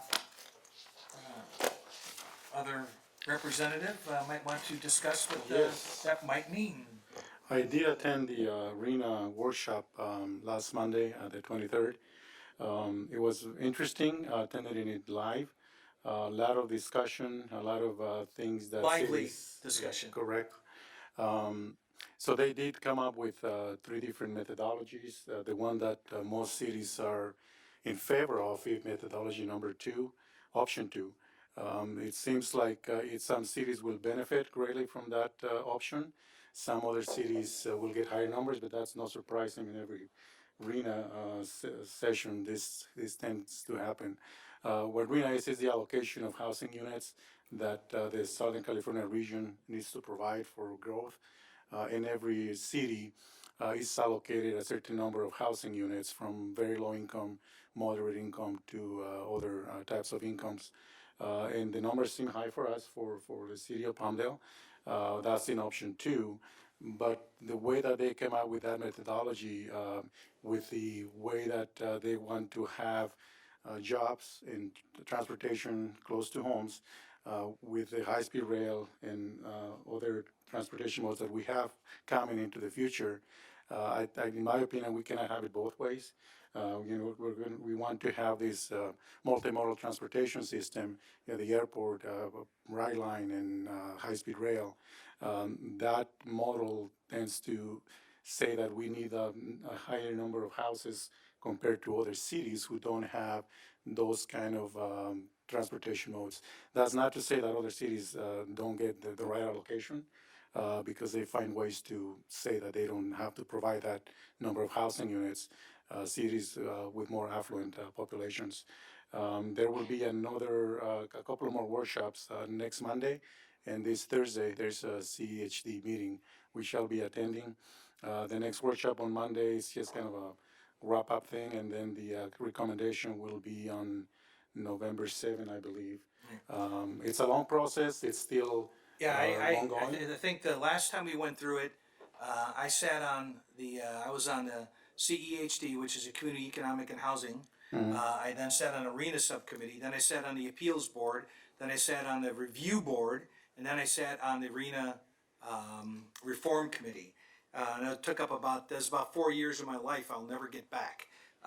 But at that time, we had just gone through, some of you may remember, we went through a court case back then.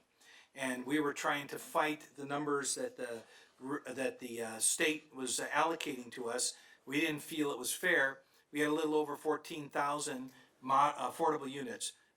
That was moderate, low income, and very low income and extremely low income units.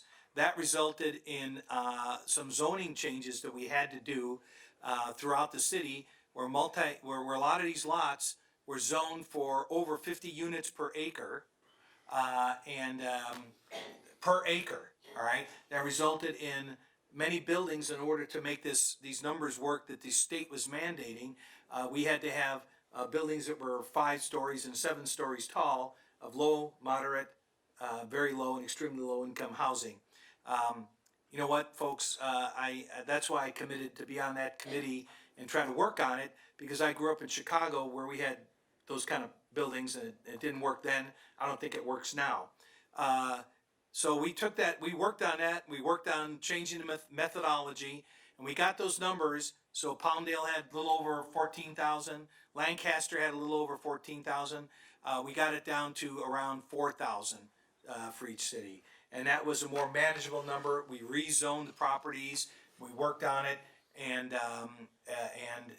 we felt that that number, you could find the jobs, you could find the schools, you could find the services, you could find the medical, to be able to accommodate that kind of a number potentially. And then now for the bad news, what's the new number that they're looking at giving us? We went from 14, so about, down to about 3,500 or 4,000. Okay? So SCAG has a tool on their website where you can actually see what the projected numbers are. And for us in Palmdale, it's not 14,000, but it's not 4,000 either. It's 8,900 total. Very low income is 2,286. Low income 1,279. Moderate income 1,373. Above moderate income is 3,981. However, the good point that I see on these numbers, they're high numbers, I agree. But with the general plan that we are going through right now, the projection for 2045, which happens to be our general plan for 2045, the numbers are lower because they're anticipating that by then we will have all the transportation methods that we're working on, the housing units. So with that, by 2045, the numbers that they are projecting for us are going to be lower, and they seem much more appropriate. But again, that is assuming that we're going to be able to get all the other transportation modes like the airport, the high-speed rail, the Brightline, and other modes of transportation with the jobs. Absolutely, the number of jobs that we're looking at here for people to be able to actually not drive so much to get to work, and those that still have to go down below for work would be able to get on the high-speed rail or other modes of transportation. So that is kind of an advantage for us that we're working on the general plan for 2045. Those numbers seem to be much more attainable. So one of the things that happens, the silver lining on that cloud sometimes is that when you apply for transportation grants and things, they look at what those projections are, and if you're doing what you need to do to be able to facilitate it. My biggest problem that comes up when they throw numbers at it like that was we had difficulty dealing with some of these numbers a few years ago. We have to plan for it. But the governor has wagged his finger at us and told us, we don't have to plan for it, we have to build it. And they've taken $40 million a year away from us that was used for redevelopment of the community, of which 20% of that, $8 million a year, was set aside for low and moderate income housing. That's gone. But he still expects us to build it, and he's already suing Huntington Beach over that. And I sat there and tried to explain this to him, that these numbers might make you feel good that you're telling us to do this, but the communities, there's a limit to this. And where do we get the water? Where do we get the funds? How do we facilitate that growth? And the state in general has a hard time comprehending that. And so I just got to tell people that if you've got a dirt lot nearby, and especially if it's on a route that buses take, stand by. The state is looking at some very aggressive mandates for the city to be able to facilitate this stuff. But at the same time, like you said, there's a balance that these numbers, if you're doing that, you also tend to get the money that, like for the transportation, the governor said, if you're not getting a housing element that's in compliance, and if you're not producing the housing, you're not going to get your transportation money. I'm going to give it to the communities that do. So, it really is a balance. And when you hear these numbers, the thing that just blew me away routinely was some of these communities that would go through all the appeals process over like 18 units. 18 units. And another one had like 6. So look it up, Google it. So it's interesting. I just want to jump in real fast. While all of us sitting up here understand these acronyms, the public who's watching may not. So you keep referring to SCAG. That's the Southern California Association of Governments, and they're the ones that talking about the numbers here for the housing. Can someone explain what the penalty is for noncompliance to meet these required Before we go any numbers? further, maybe we should agendize this for a Okay. future meeting so we can actually have a robust discussion about these issues. Okay. But yeah, with the acronyms though, perhaps we Yeah, can. so Southern say what this California means to the Association public. of Governments is basically the local regional government that works on air quality, housing, and transportation. And they take the numbers from the state. State tells you how many go into the area, and it goes from there. So there you go. And Rena? Regional Housing Needs Assessment is RENA. I'm sorry. We talk about these things so often. I was gonna say, we understand it, but the Yeah. public watching doesn't understand the acronyms So that Google we're saying. Regional Housing Needs Assessment, and take a look at it. You'll be and read it in the evening if you're having trouble sleeping. That's true. So, state prison. I had no transportation that day. I wasn't sure if my backup went. Richard, did you attend? I was not able to attend. I got a very late notice about it, and I had a whole office full of people that were already there, so I couldn't go. So, I'm sorry. I didn't say anything. Oh, okay. There's a lot more that goes on down at SCAG, by the way, than just RENA, but that just happens to be the thing that's on the top of the list. A lot of the transportation issues are really critical to our area. Going through that, one of the other meetings that I've attended a couple on are the airport task force committees, which our staff is all working on that, and we're working on making sure we keep our proper airport numbers and people understand what's going on there. And I just returned from a Sister Cities visit with our Sister Cities group down in Poncetlon, and we will actually be preparing a little slideshow and presentation at the next meeting to give you a little bit better understanding of that. But we have a huge portion of our constituency here in the city of Palmdale that is that's from that region in Jalisco State, and specifically from around Poncetlon, Ocatlan, Tototlan, and areas. All the clans. And all the clans. All the clans. So they're all there. And I'm actually from there, so I know that's yeah, the clans. And we have huge huge contingency in our community here. And the thing that is, that I find especially rewarding and insightful is the ability to get a better understanding for what the background of our neighbors that are living here, and also to experience the incredible entrepreneurship. I mean, people will sometimes say, "Well, everybody wants to come up here to work." No, everybody doesn't. I went to a factory, a candy factory. If you go over to Vallarta Market, I think they have it, but I know they have it down at Jack's Candy because my wife sends me for it. Montez Candies. This guy employs hundreds and hundreds and hundreds of people at each of his factories all around the states down there. And it started 2 generations ago in his grandfather's garage. And now he has a huge candy factory, highly automated, but you can't get rid of the people that are supervising all that stuff and handling the quality control. We visited a ranch and dairy farm that started with the grandfather. The name of it is 19 Hermanos, which means? Brothers. 19 brothers. So Grandpa was busy. Grandma was too. Yeah, Grandma was, yeah. But He's busier. yeah, exactly. But these guys have got an amazing operation there. It does everything and it closes the entire loop.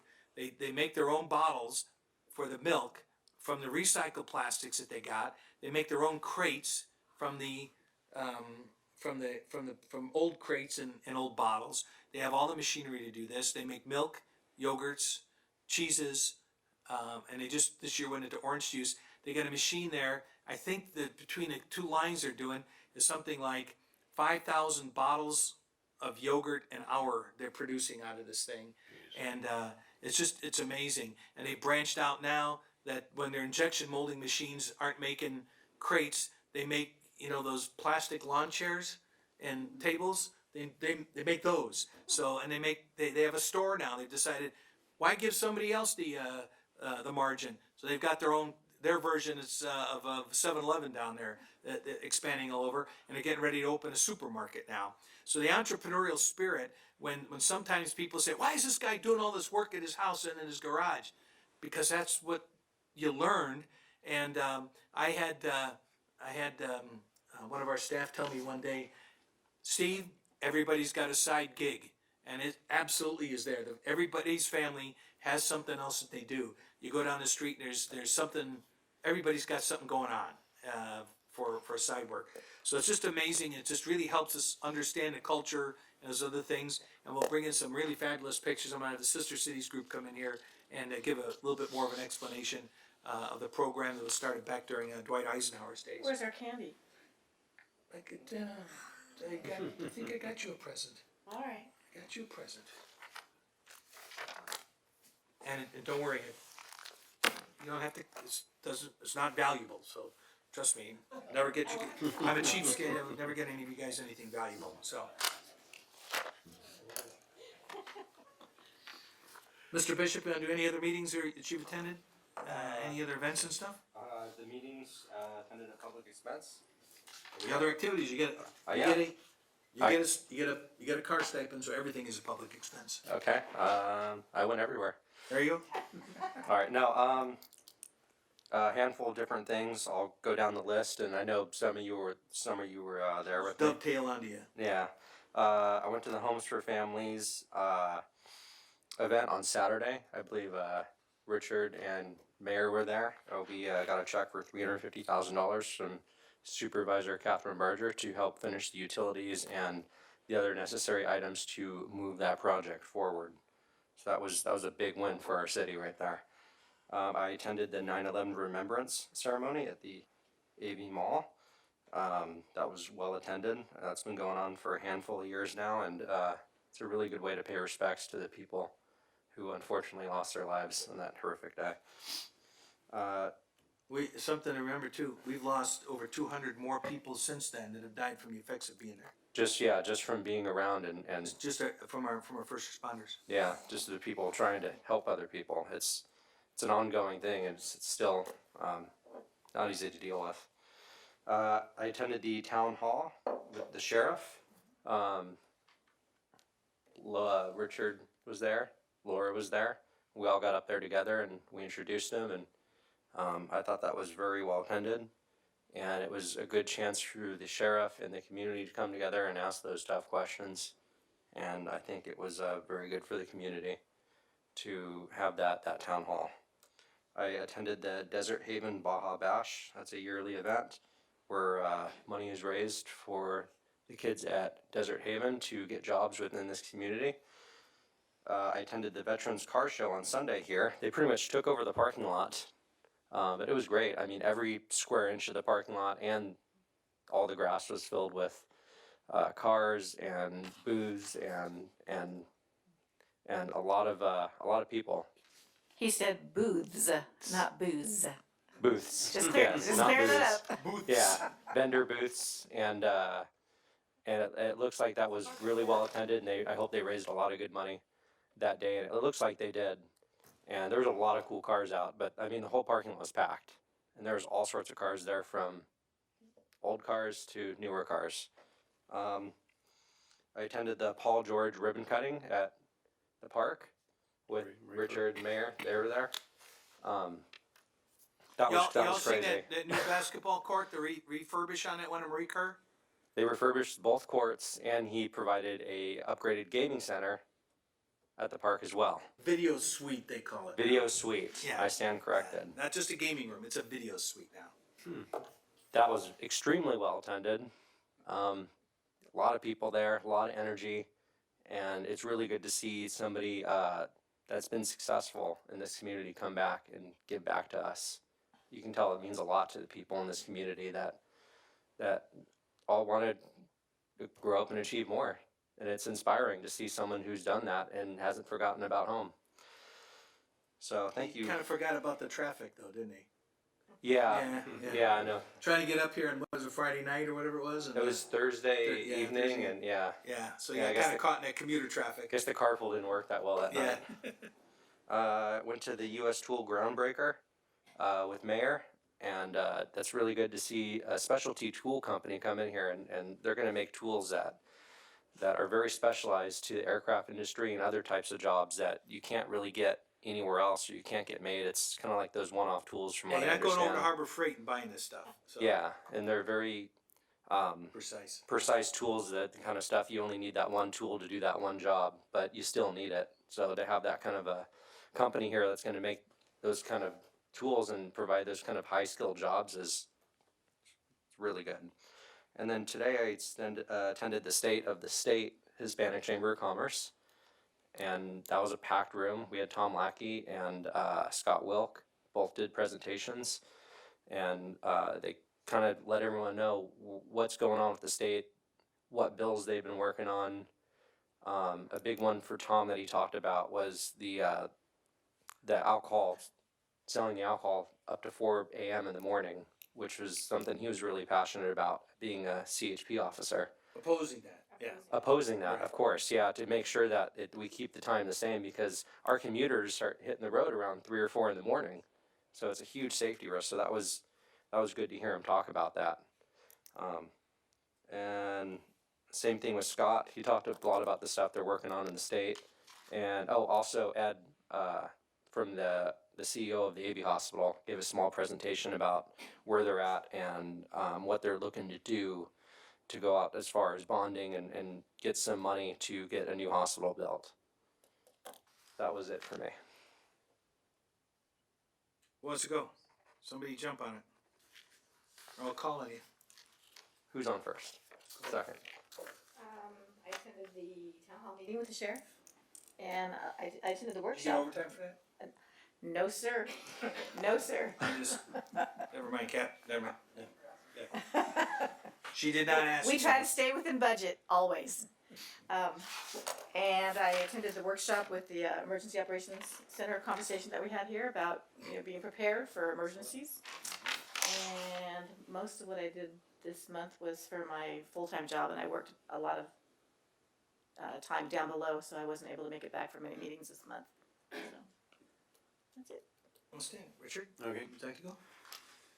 Let's see, I attend monthly the NAHREP meeting, which is National Association of Hispanic Real Estate Professionals,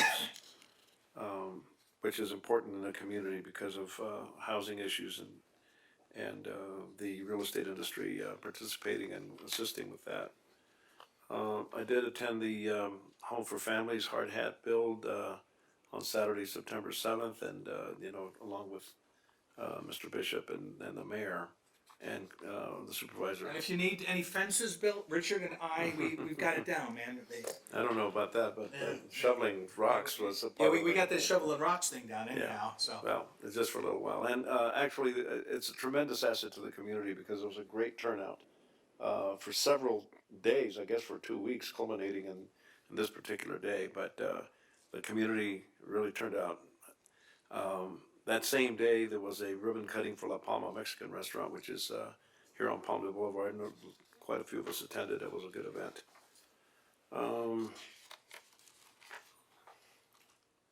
Let's see. Food. There was good food there, yes. Very good. So we did meet with the, that is, a couple of us met with the sheriff because there was a meeting prior to the town hall meeting, and got to speak to him directly about issues that affect our safety here in Palmdale. The town hall meeting was very energetic. I think the community asked some really important questions, and the sheriff, I thought, was he was just speaking from the heart about issues here and the county of Los Angeles. I thought he was well received, and of course our captain was there that moderated that entire meeting, and served to be an effective filter from some of the stuff that might have happened. Graphite rod and the reactor, right? It was very good, and It was nice because the public had really strong support for both captains from both stations. Absolutely. It was a very positive town hall meeting. Yeah. It was very nice. great job, Captain. It was good. Let's see. I went to Desert Haven's Baja Bash, which is one of the great events for fundraising charity every year. It's held at the Reyes Ranch. Is it called the Reyes Ranch? Overlooking the Antelope Valley over near 60th West or Godey Hill Road. And it was good attendance there. Councilman Bishop and Mayor were all there. Had a good time. Let's see here. They help the developmentally and special needs what's the proper term? So I'll screw this up. Special needs and developmentally disabled. So, yeah. So and they really help these folks find their way. You it's kind of surprising when I saw some of them there. It's wait a second, I know where you work. And I didn't realize that person had this special need, but they have coaches that help them in these other jobs that they kind of get them to understand the routine. They have their job and they become passionate about doing that job. And some of the greatest workers because they become very committed to what they're doing. They want to do the right thing. And I think that's another one of those charities that we go to and we support. And we use our personal funds to buy those tickets. And our wives and girlfriends all buy the, well, at least our wives and his girlfriend, buy the gift baskets and that kind of stuff and bid on the different items. That's good. So, One of the most stirring things, Mayor, one of the most moving things was the singing of the national anthem that night. That lady was amazing. Just an incredible rendition of the national anthem. It kicked off the night. It was great. And then these young people also served the food and worked. I mean, they really that's what I worked recognized really hard. the one fellow that was there. Yeah, so that was a great thing. Let's see. Well, I also went to the Paul George basketball court rehab. The energy by the young people that were there, starting from the basketball game between Highland High School and Pete Knight High School, was tremendous. Never hurts to have a good game go off, right? Yeah, it keeps everybody on their toes. It started with that, and all of these young people wanted to see Paul George and be with him and take pictures with him, and so they stuck out, even though it took a little while for him to get up here. He's one of our natives. He's from here. Yep. And played basketball here. At Pete Knight. At Pete Knight High School. And then he went to Fresno State, right? I think it was Fresno State. Is it right? Fresno State? Yeah. Okay, I'm getting nods in the back of the room. Yeah, and then, of course, they had the Clipper Media Day yesterday, and he was a very prominent part of that, so, Palmdale, well represented by, Had a bunch of us on the Paul cover George. of their webpage too, so. Yeah, that was good. It was great to see those young people, very energetic, Respectful? yet very respectful, and the night went off without a hitch. I went to the sanitation district board that you talked about. The AVTA, of course, and I think that was it for the month. I had to bow out from the trip to Poncetlan because of work. I know you got complicated after yeah. you had your aunt passed away, and then you kind of messed up your schedule Yeah. there, so. Now you gotta take care of business, so. Sir? So for me, some of the same events like the grand opening for La Palma, the workshop we had on September 17 with CERT Emergency Services, and this ECHD that I talked about earlier, having to do with arena numbers and SCAG and those acronyms. I am also going to be graduating this weekend from the Local Leaders Academy. I am so jealous. I wanted to go to that program for so many years, and I've always missed that one. Well, there's another one coming up soon. Yeah. That's what they tell us. It's a nice, really program. You get to, see what other council members.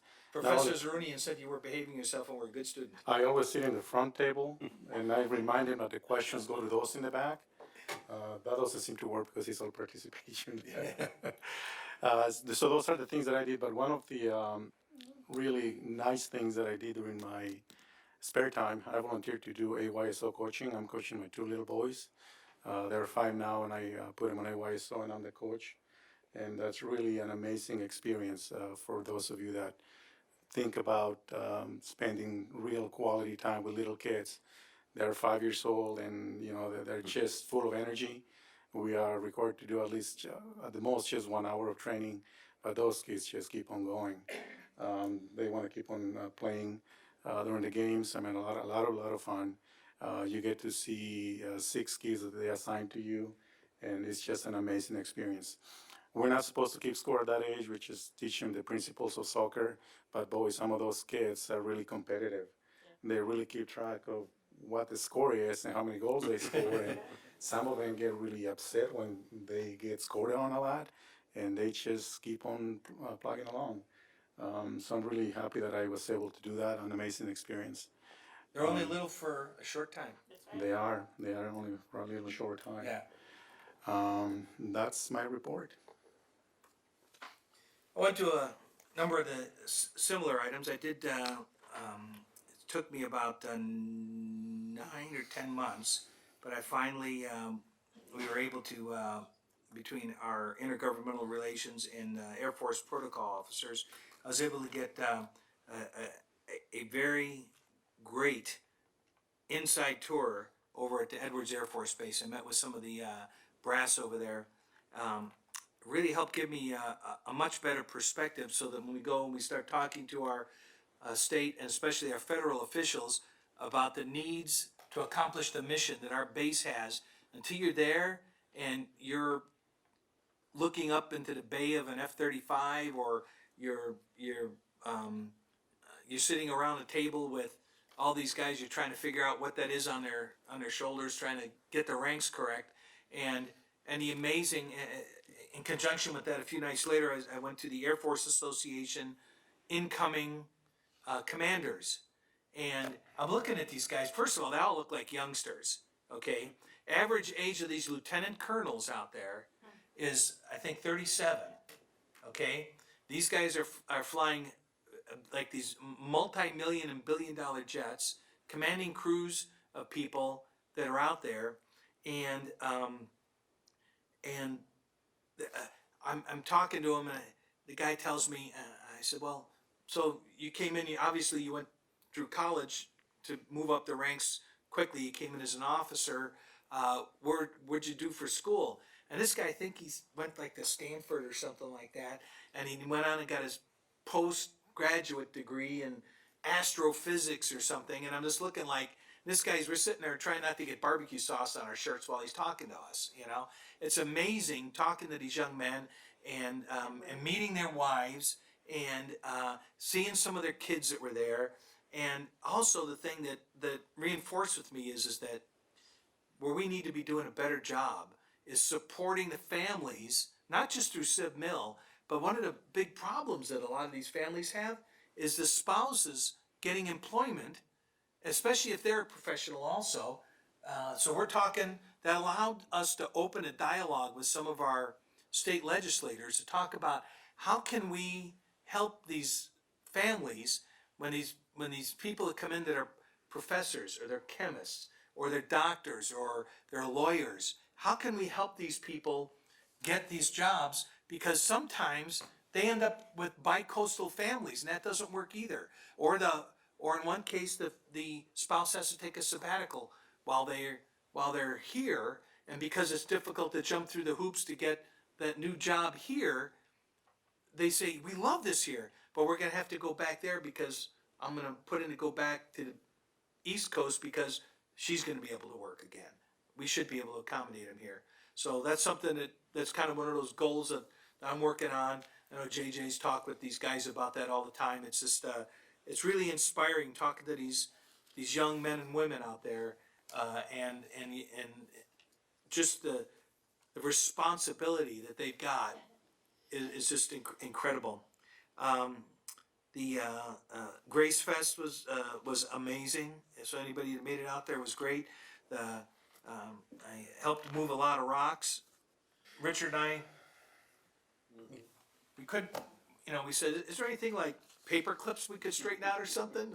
No, we got some rocks and we got some holes to dig. So after we're digging these holes, and the guy shows up with the post hole digger, the machine. Like, what are you doing? So it allowed us to get an appreciation for some of that.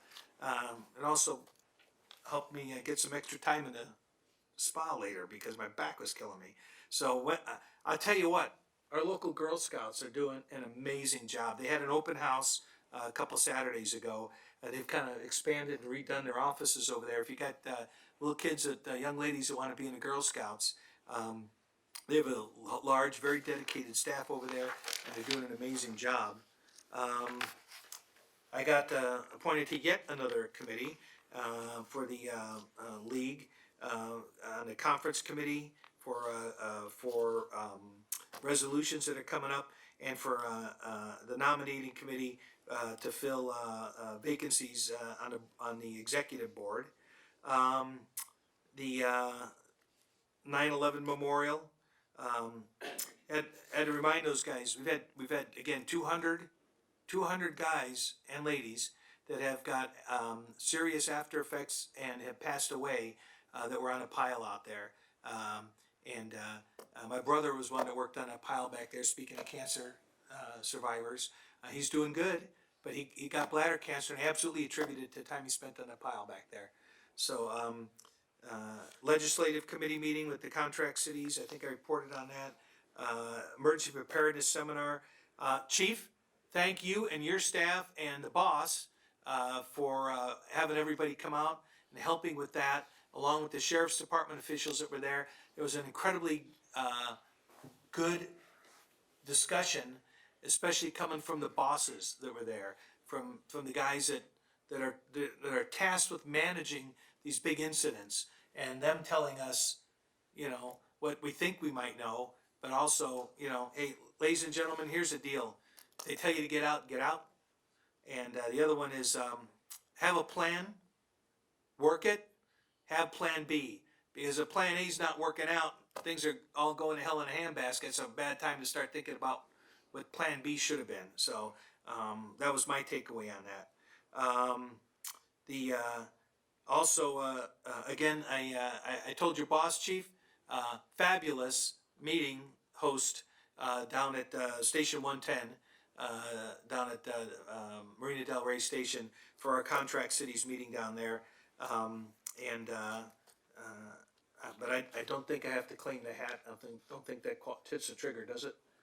I got a new ball cap, so I always put the heat on the chief by wearing the hat or something from the other agency.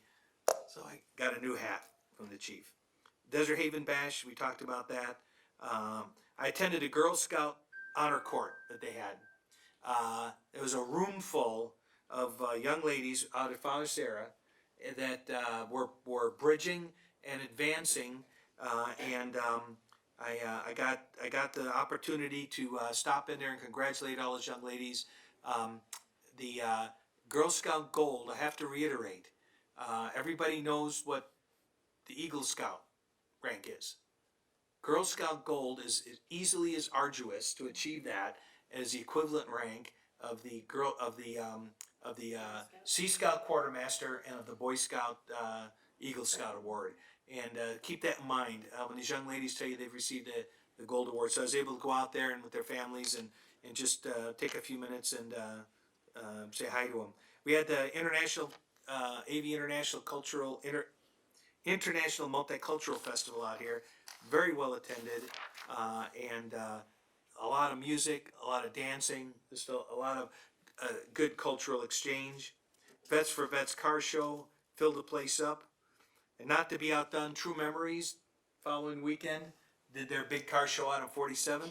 Let me tell you what, those guys know how to put on a car show too. Yeah, boy, I think you showed up out there too. It is amazing. They took up the 47th Street America's Tire Center lot, and they spilled over and took over practically most of that Home Depot lot. It's just amazing. And they take that money and they turn that money around and use it for scholarships and programs and things in the community with the kids. I'll let the city manager explain the hearing we attended, and I did the Paul George thing, groundbreaking for U.S. Tool. We did the MIA Recognition Day with several of our council members out at the air park. It's always important to remember those guys that have served and the ones that didn't come home. That's the important part of that. Want to follow up on that CDLAC hearing? So a few things. Attended the 9/11 Remembrance at the AV Mall. On Friday the 13th, we had a Census 2020 meeting to really work on outreach for the 2020 census, which is about 6 months away. So we really have 6 months, and we are one of the hardest to count areas in Los Angeles County. So a lot of different agencies and Congresswoman Hill got together and traded tips and information on different types of outreach and what they're seeing is effective. And what our plans are for the next 6 months to do outreach on the census, because it's critical that we count everyone and that everyone counts. On the 17th, we had the emergency management workshop, and then on the 18th, we had the California Debt Limit Advisory Committee meeting. The mayor and I testified, and this was for the Virgin Trains section from Nevada State Line to Victorville. But we felt it's important to keep Palmdale at the forefront of that discussion. And actually, our presentation, it was interesting because the thrust of the entire discussion was how much housing is this going to develop? It wasn't about trains, it was about housing. The governor was very interested in making sure that if they fund this project and they're taking bond allocation money away from potential other projects to put it toward the rail, that is there going to be a spin-off housing component? And so certainly with the 10 years of planning that we've put in around our California high-speed rail station, we were able to show them specific plans and building and housing projections and so forth. So just bring it to Palmdale. We're ready to put your housing up and make the governor happy. So it was a great presentation. We did our best Vanna White presentation. We had the foam boards. We held the boards up with all the pretty pictures on it for them. And the day before, the B-21 had been announced, and so we said, look, we have the jobs, we have the potential for housing, we just need that economic Kickstarter that the train could bring. And so, what were some of the buzz phrases we used? it's not transportational, it's transformational. Yeah. That was one of them, and it's not a train engine, it's an economic engine. Yeah. So we were doing our best. Anybody come up with a better one, let us know, okay? But that's the best we could come up with on this. They should trademark those. So at the end of the day, they were awarded $300 million in bonding capacity through the state, And that generates up to 1.2 billion in private activity bonds for this round. And that took up the rest of the iBank's allocation for the year. And they're looking at returning in January for another 300 million In the new year. for the new year, a new allocation, and that will put together 2.4 billion for the state line to Victorville, and then they're looking for 825 million in capacity, again, private activity bonds, through the Federal Department of Transportation, who was tapped out this year. And so we're looking at that section being completely privately funded and built by a private developer, which is maybe why they're looking at building 180 miles of track and 2 stations in 3 years for $5 billion. Everybody heard that? Say that For again. $3.25 billion. Yeah, say that again.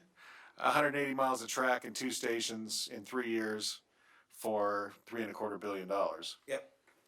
So big difference. And so our focus is, okay, keep it coming, bring it here.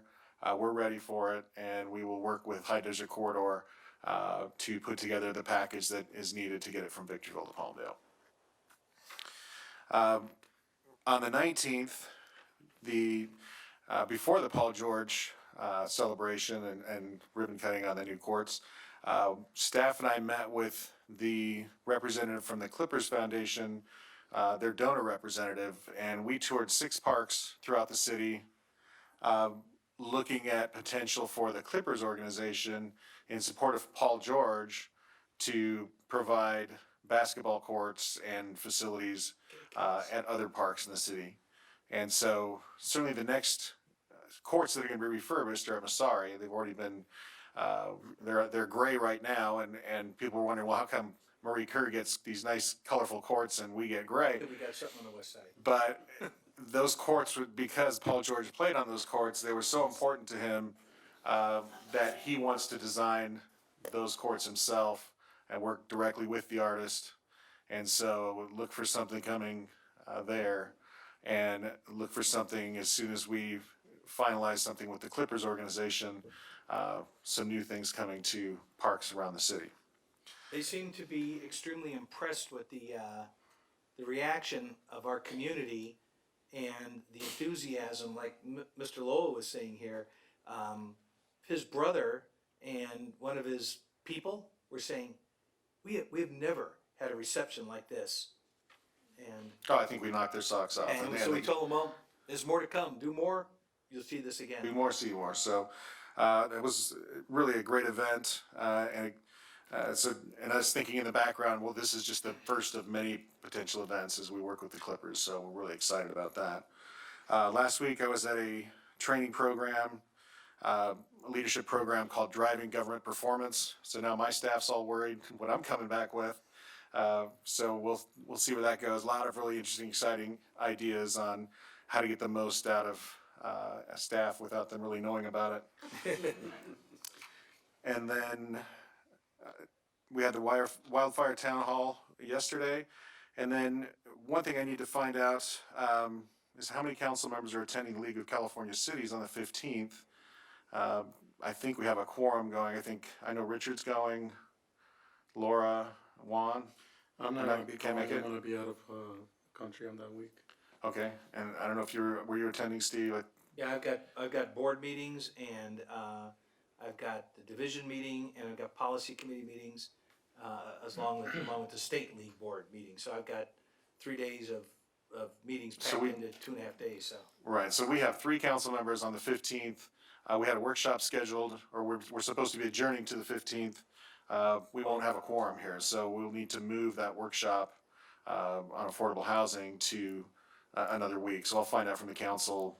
I didn't even realize that. I didn't either until we were going through that, and I started looking at my calendar going, wait a minute, we have a quorum heading Maybe the city clerk can just pull and see if we have if we have availability the following week or something like that.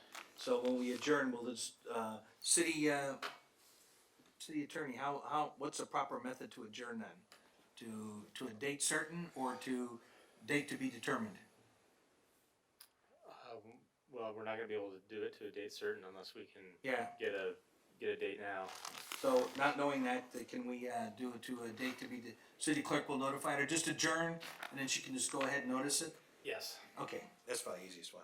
Okay. Okay. And then Hispanic Chamber today, so busy month. So, we've got, coming up this month, we'll have the, State of the Community, which is a little bit of a change from state of the city. We're gonna be doing it. Jim, you wanna explain that? That'll be here at, Cultural Center, correct? Correct.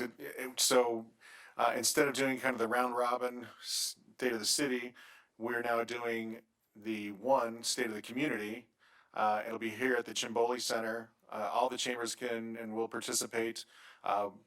They can sell tickets, and we will we'll share the proceeds between all the different organizations. So something new and different, and then I think our presentation will be new and different as well. A lot of it's going to be introduction of different video presentations, and so that's going to be a change of pace for what we've been doing. Do you have any dates in mind yet? 24th. October 24th. Yeah, we'll look at October 24th right now for that, so. Talk with your chambers or call over here to City Hall and they'll, make sure that they get you on that, okay? Cap, you got the trunk or treat coming up? 27th October 27th, by the Hammock Center building in that parking lot out there. And, I'm sorry? 11 to 4. And there's gonna be a car show or something to it? Why don't you do this? Come up, tell us about it. It'll have a car show, it'll have a band, it'll have free candy. I'm trying to just Not that get I've him ever on, gone put him on the before. spot. Now he's trying to think of, okay. Sorry, I should have told you I was gonna do that to you. Yes, you should have, but that's okay. That's all right. No, this is the 4th annual trunk or treat, and it will be outside the Hammock Center from 11 to 4, 10 to 4. Cars are going to be there. It's going to be a great family event. We are expecting a lot of people. You guys are bringing some of your toys out there too? Yeah, we do. Every year we bring some stuff out, let people see it. It's like an open house away from the station. Again, it's a great public event. We've had increasing attendance every year, so people have learned that it's a great place to come out and spend time with the family. And so the kids can come out and they get to grab goodies from the Absolutely. different cop cars, Yeah, right? Yeah, I'm And do putting you my guys need more costume candy on. I'm over going to there? get How's that candy work? too. How's that work with all the candy? Do you guys need some donations of candy? Oh, absolutely. Of course. You know, so lots of people are going to be bringing stuff. If you've got each of the people that have a car there are going to have candy. Some other people are bringing in candy as well. So did you bring candy from Poncitlan? Is that why you're asking? I brought you better stuff. Captain, are we gonna have a dunk tank this year again? We'll check into that. You know what? That was a real draw. That I had the think longest line. you should dunk the mayor. I can't You know, swim. a lot of people do get volunteered for that dunk tank, so it's awesome. Great event. Yeah. Encourage everybody to show up. Yeah, I'll get you. Don't worry, I'll find a spot for you. I appreciate that, Cap. I appreciate what you're doing over there. Thank you very much. Okay. Chief, you got anything for us? You've sat there and. Okay, good answer. So, thank you again very much for all the staff. I was really impressed with all the guys that didn't get a chance to talk last night, that were still there to support the chief while he was there. So,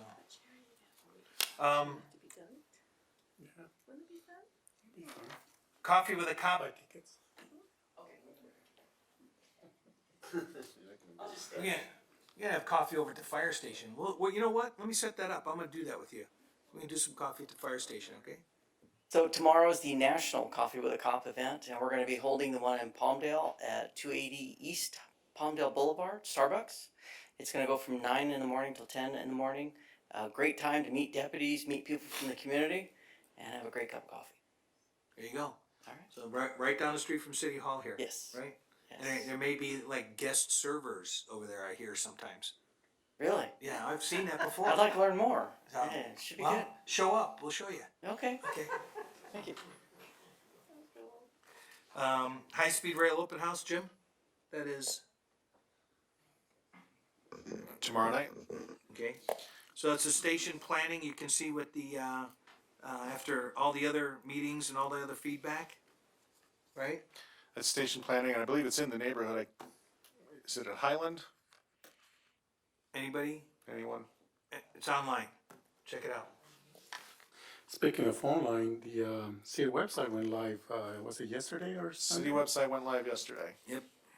Went in it a couple of times. I think it's a very Lot big easier to improvement. to So manipulate. thank you. It all follows through.